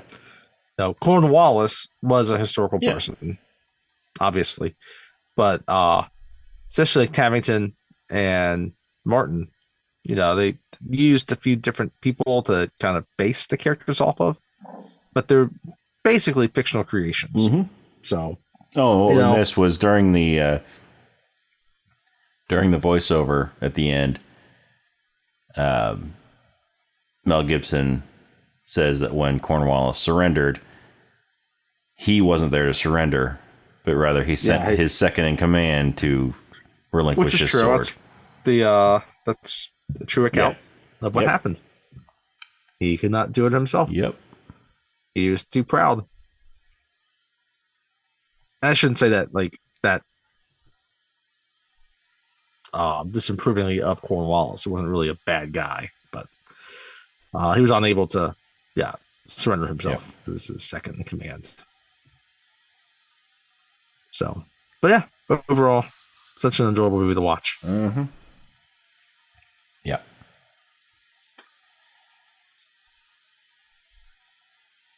But yeah, and once again, the score in this movie was just incredible. Yeah, we haven't really talked a whole lot about that. John Williams, classic John Williams score, set well for the type of movie that it is, right? It's not one of his kind of, it's not like Star Wars or Superman. No, you have a lot of flutes, indie. Yeah, a lot of flutes and drums, flutes, trumpets, drums. Not really even trumpets, just horn, like a cornet, flute, and drums. Instruments that would have been played in the 1700s. A little bit of strings going on, right? So, yeah, great movie. Yep. So, I'm sure we missed some things here and there, but I'm sure we missed some things, but I think we covered it well. I do too. So, as always, if you enjoy what you're listening to, then check us out on social media. We are on Facebook and Instagram and Threads. It is Rob and Tony's Cinematic Adventure. The and is spelled out, A-N-D. It's not an ampersand like that is in the name of the podcast. We're also on X or Twitter. That is R&T Cinematic. And you can also check us out on Letterboxd if you want to read some of our reviews on movies. Some we've done on the podcast, some we haven't done, some we will do, some we won't do. That is Cine Adventure or Cine Adventure, C-I-N-E Adventure. And, if you like what you're hearing, go to our social media, give us a like and a follow. Go to your favorite podcasting app, wherever you're listening to us, give us a good review, a good rating. That's how we move up in the standings and the rankings and the search and the recommendations, all that stuff. Because, we want to be able to reach more ears. We want to be able to find more people that love movies as much as we do. And you can also send us an email. Let us know what you thought of The Patriot. Did you love it? Did you hate it? Is it your favorite Roland Emmerich movie? You can send us an email at robandtonycinematicadventure@gmail.com. Once again, the and is spelled out. A-N-D. It's not a name. It's not an ampersand like it is in the name of the podcast. It's robandtonycinematicadventure@gmail.com. So yeah, we want to hear from you. But next time, we are going to be continuing our summer blockbuster series so last year we did a comedy. We did The Hangover. That was enjoyable. I It had was fun with very that one. enjoyable. I did too. So, kind of in that same vein, we're going to do another comedy. And this one just happens to also feature Bradley Cooper. This does. Which I wasn't thinking about that when we decided to do this movie. But No, I hadn't really thought. I mean, I knew he was in it, but I didn't think of the connection. yeah, but it's very fitting. But yeah, we are going to be talking about the Vince Vaughn, Owen Wilson comedy Bradley Cooper with Bradley Cooper. and Vince Vaughn. No, I always said Vince Vaughn. I meant Will Ferrell. Yeah, this is early Bradley Cooper too. This is very early Bradley Cooper. Yes. But yeah, that movie is Wedding Crashers. So we will be talking about Wedding Crashers next time. So if you have not seen it, then you got time to watch it. If you have seen it, you got time to watch it again, if you'd like to. And yeah, it should be a good one. I haven't seen this movie in a long time. I don't think I've actually watched this movie all the way through since we, since The Apartment. Yeah, that's probably about the same for me. So I'm looking forward to discussing this one. Yeah, me too. So join us next time for Wedding Crashers.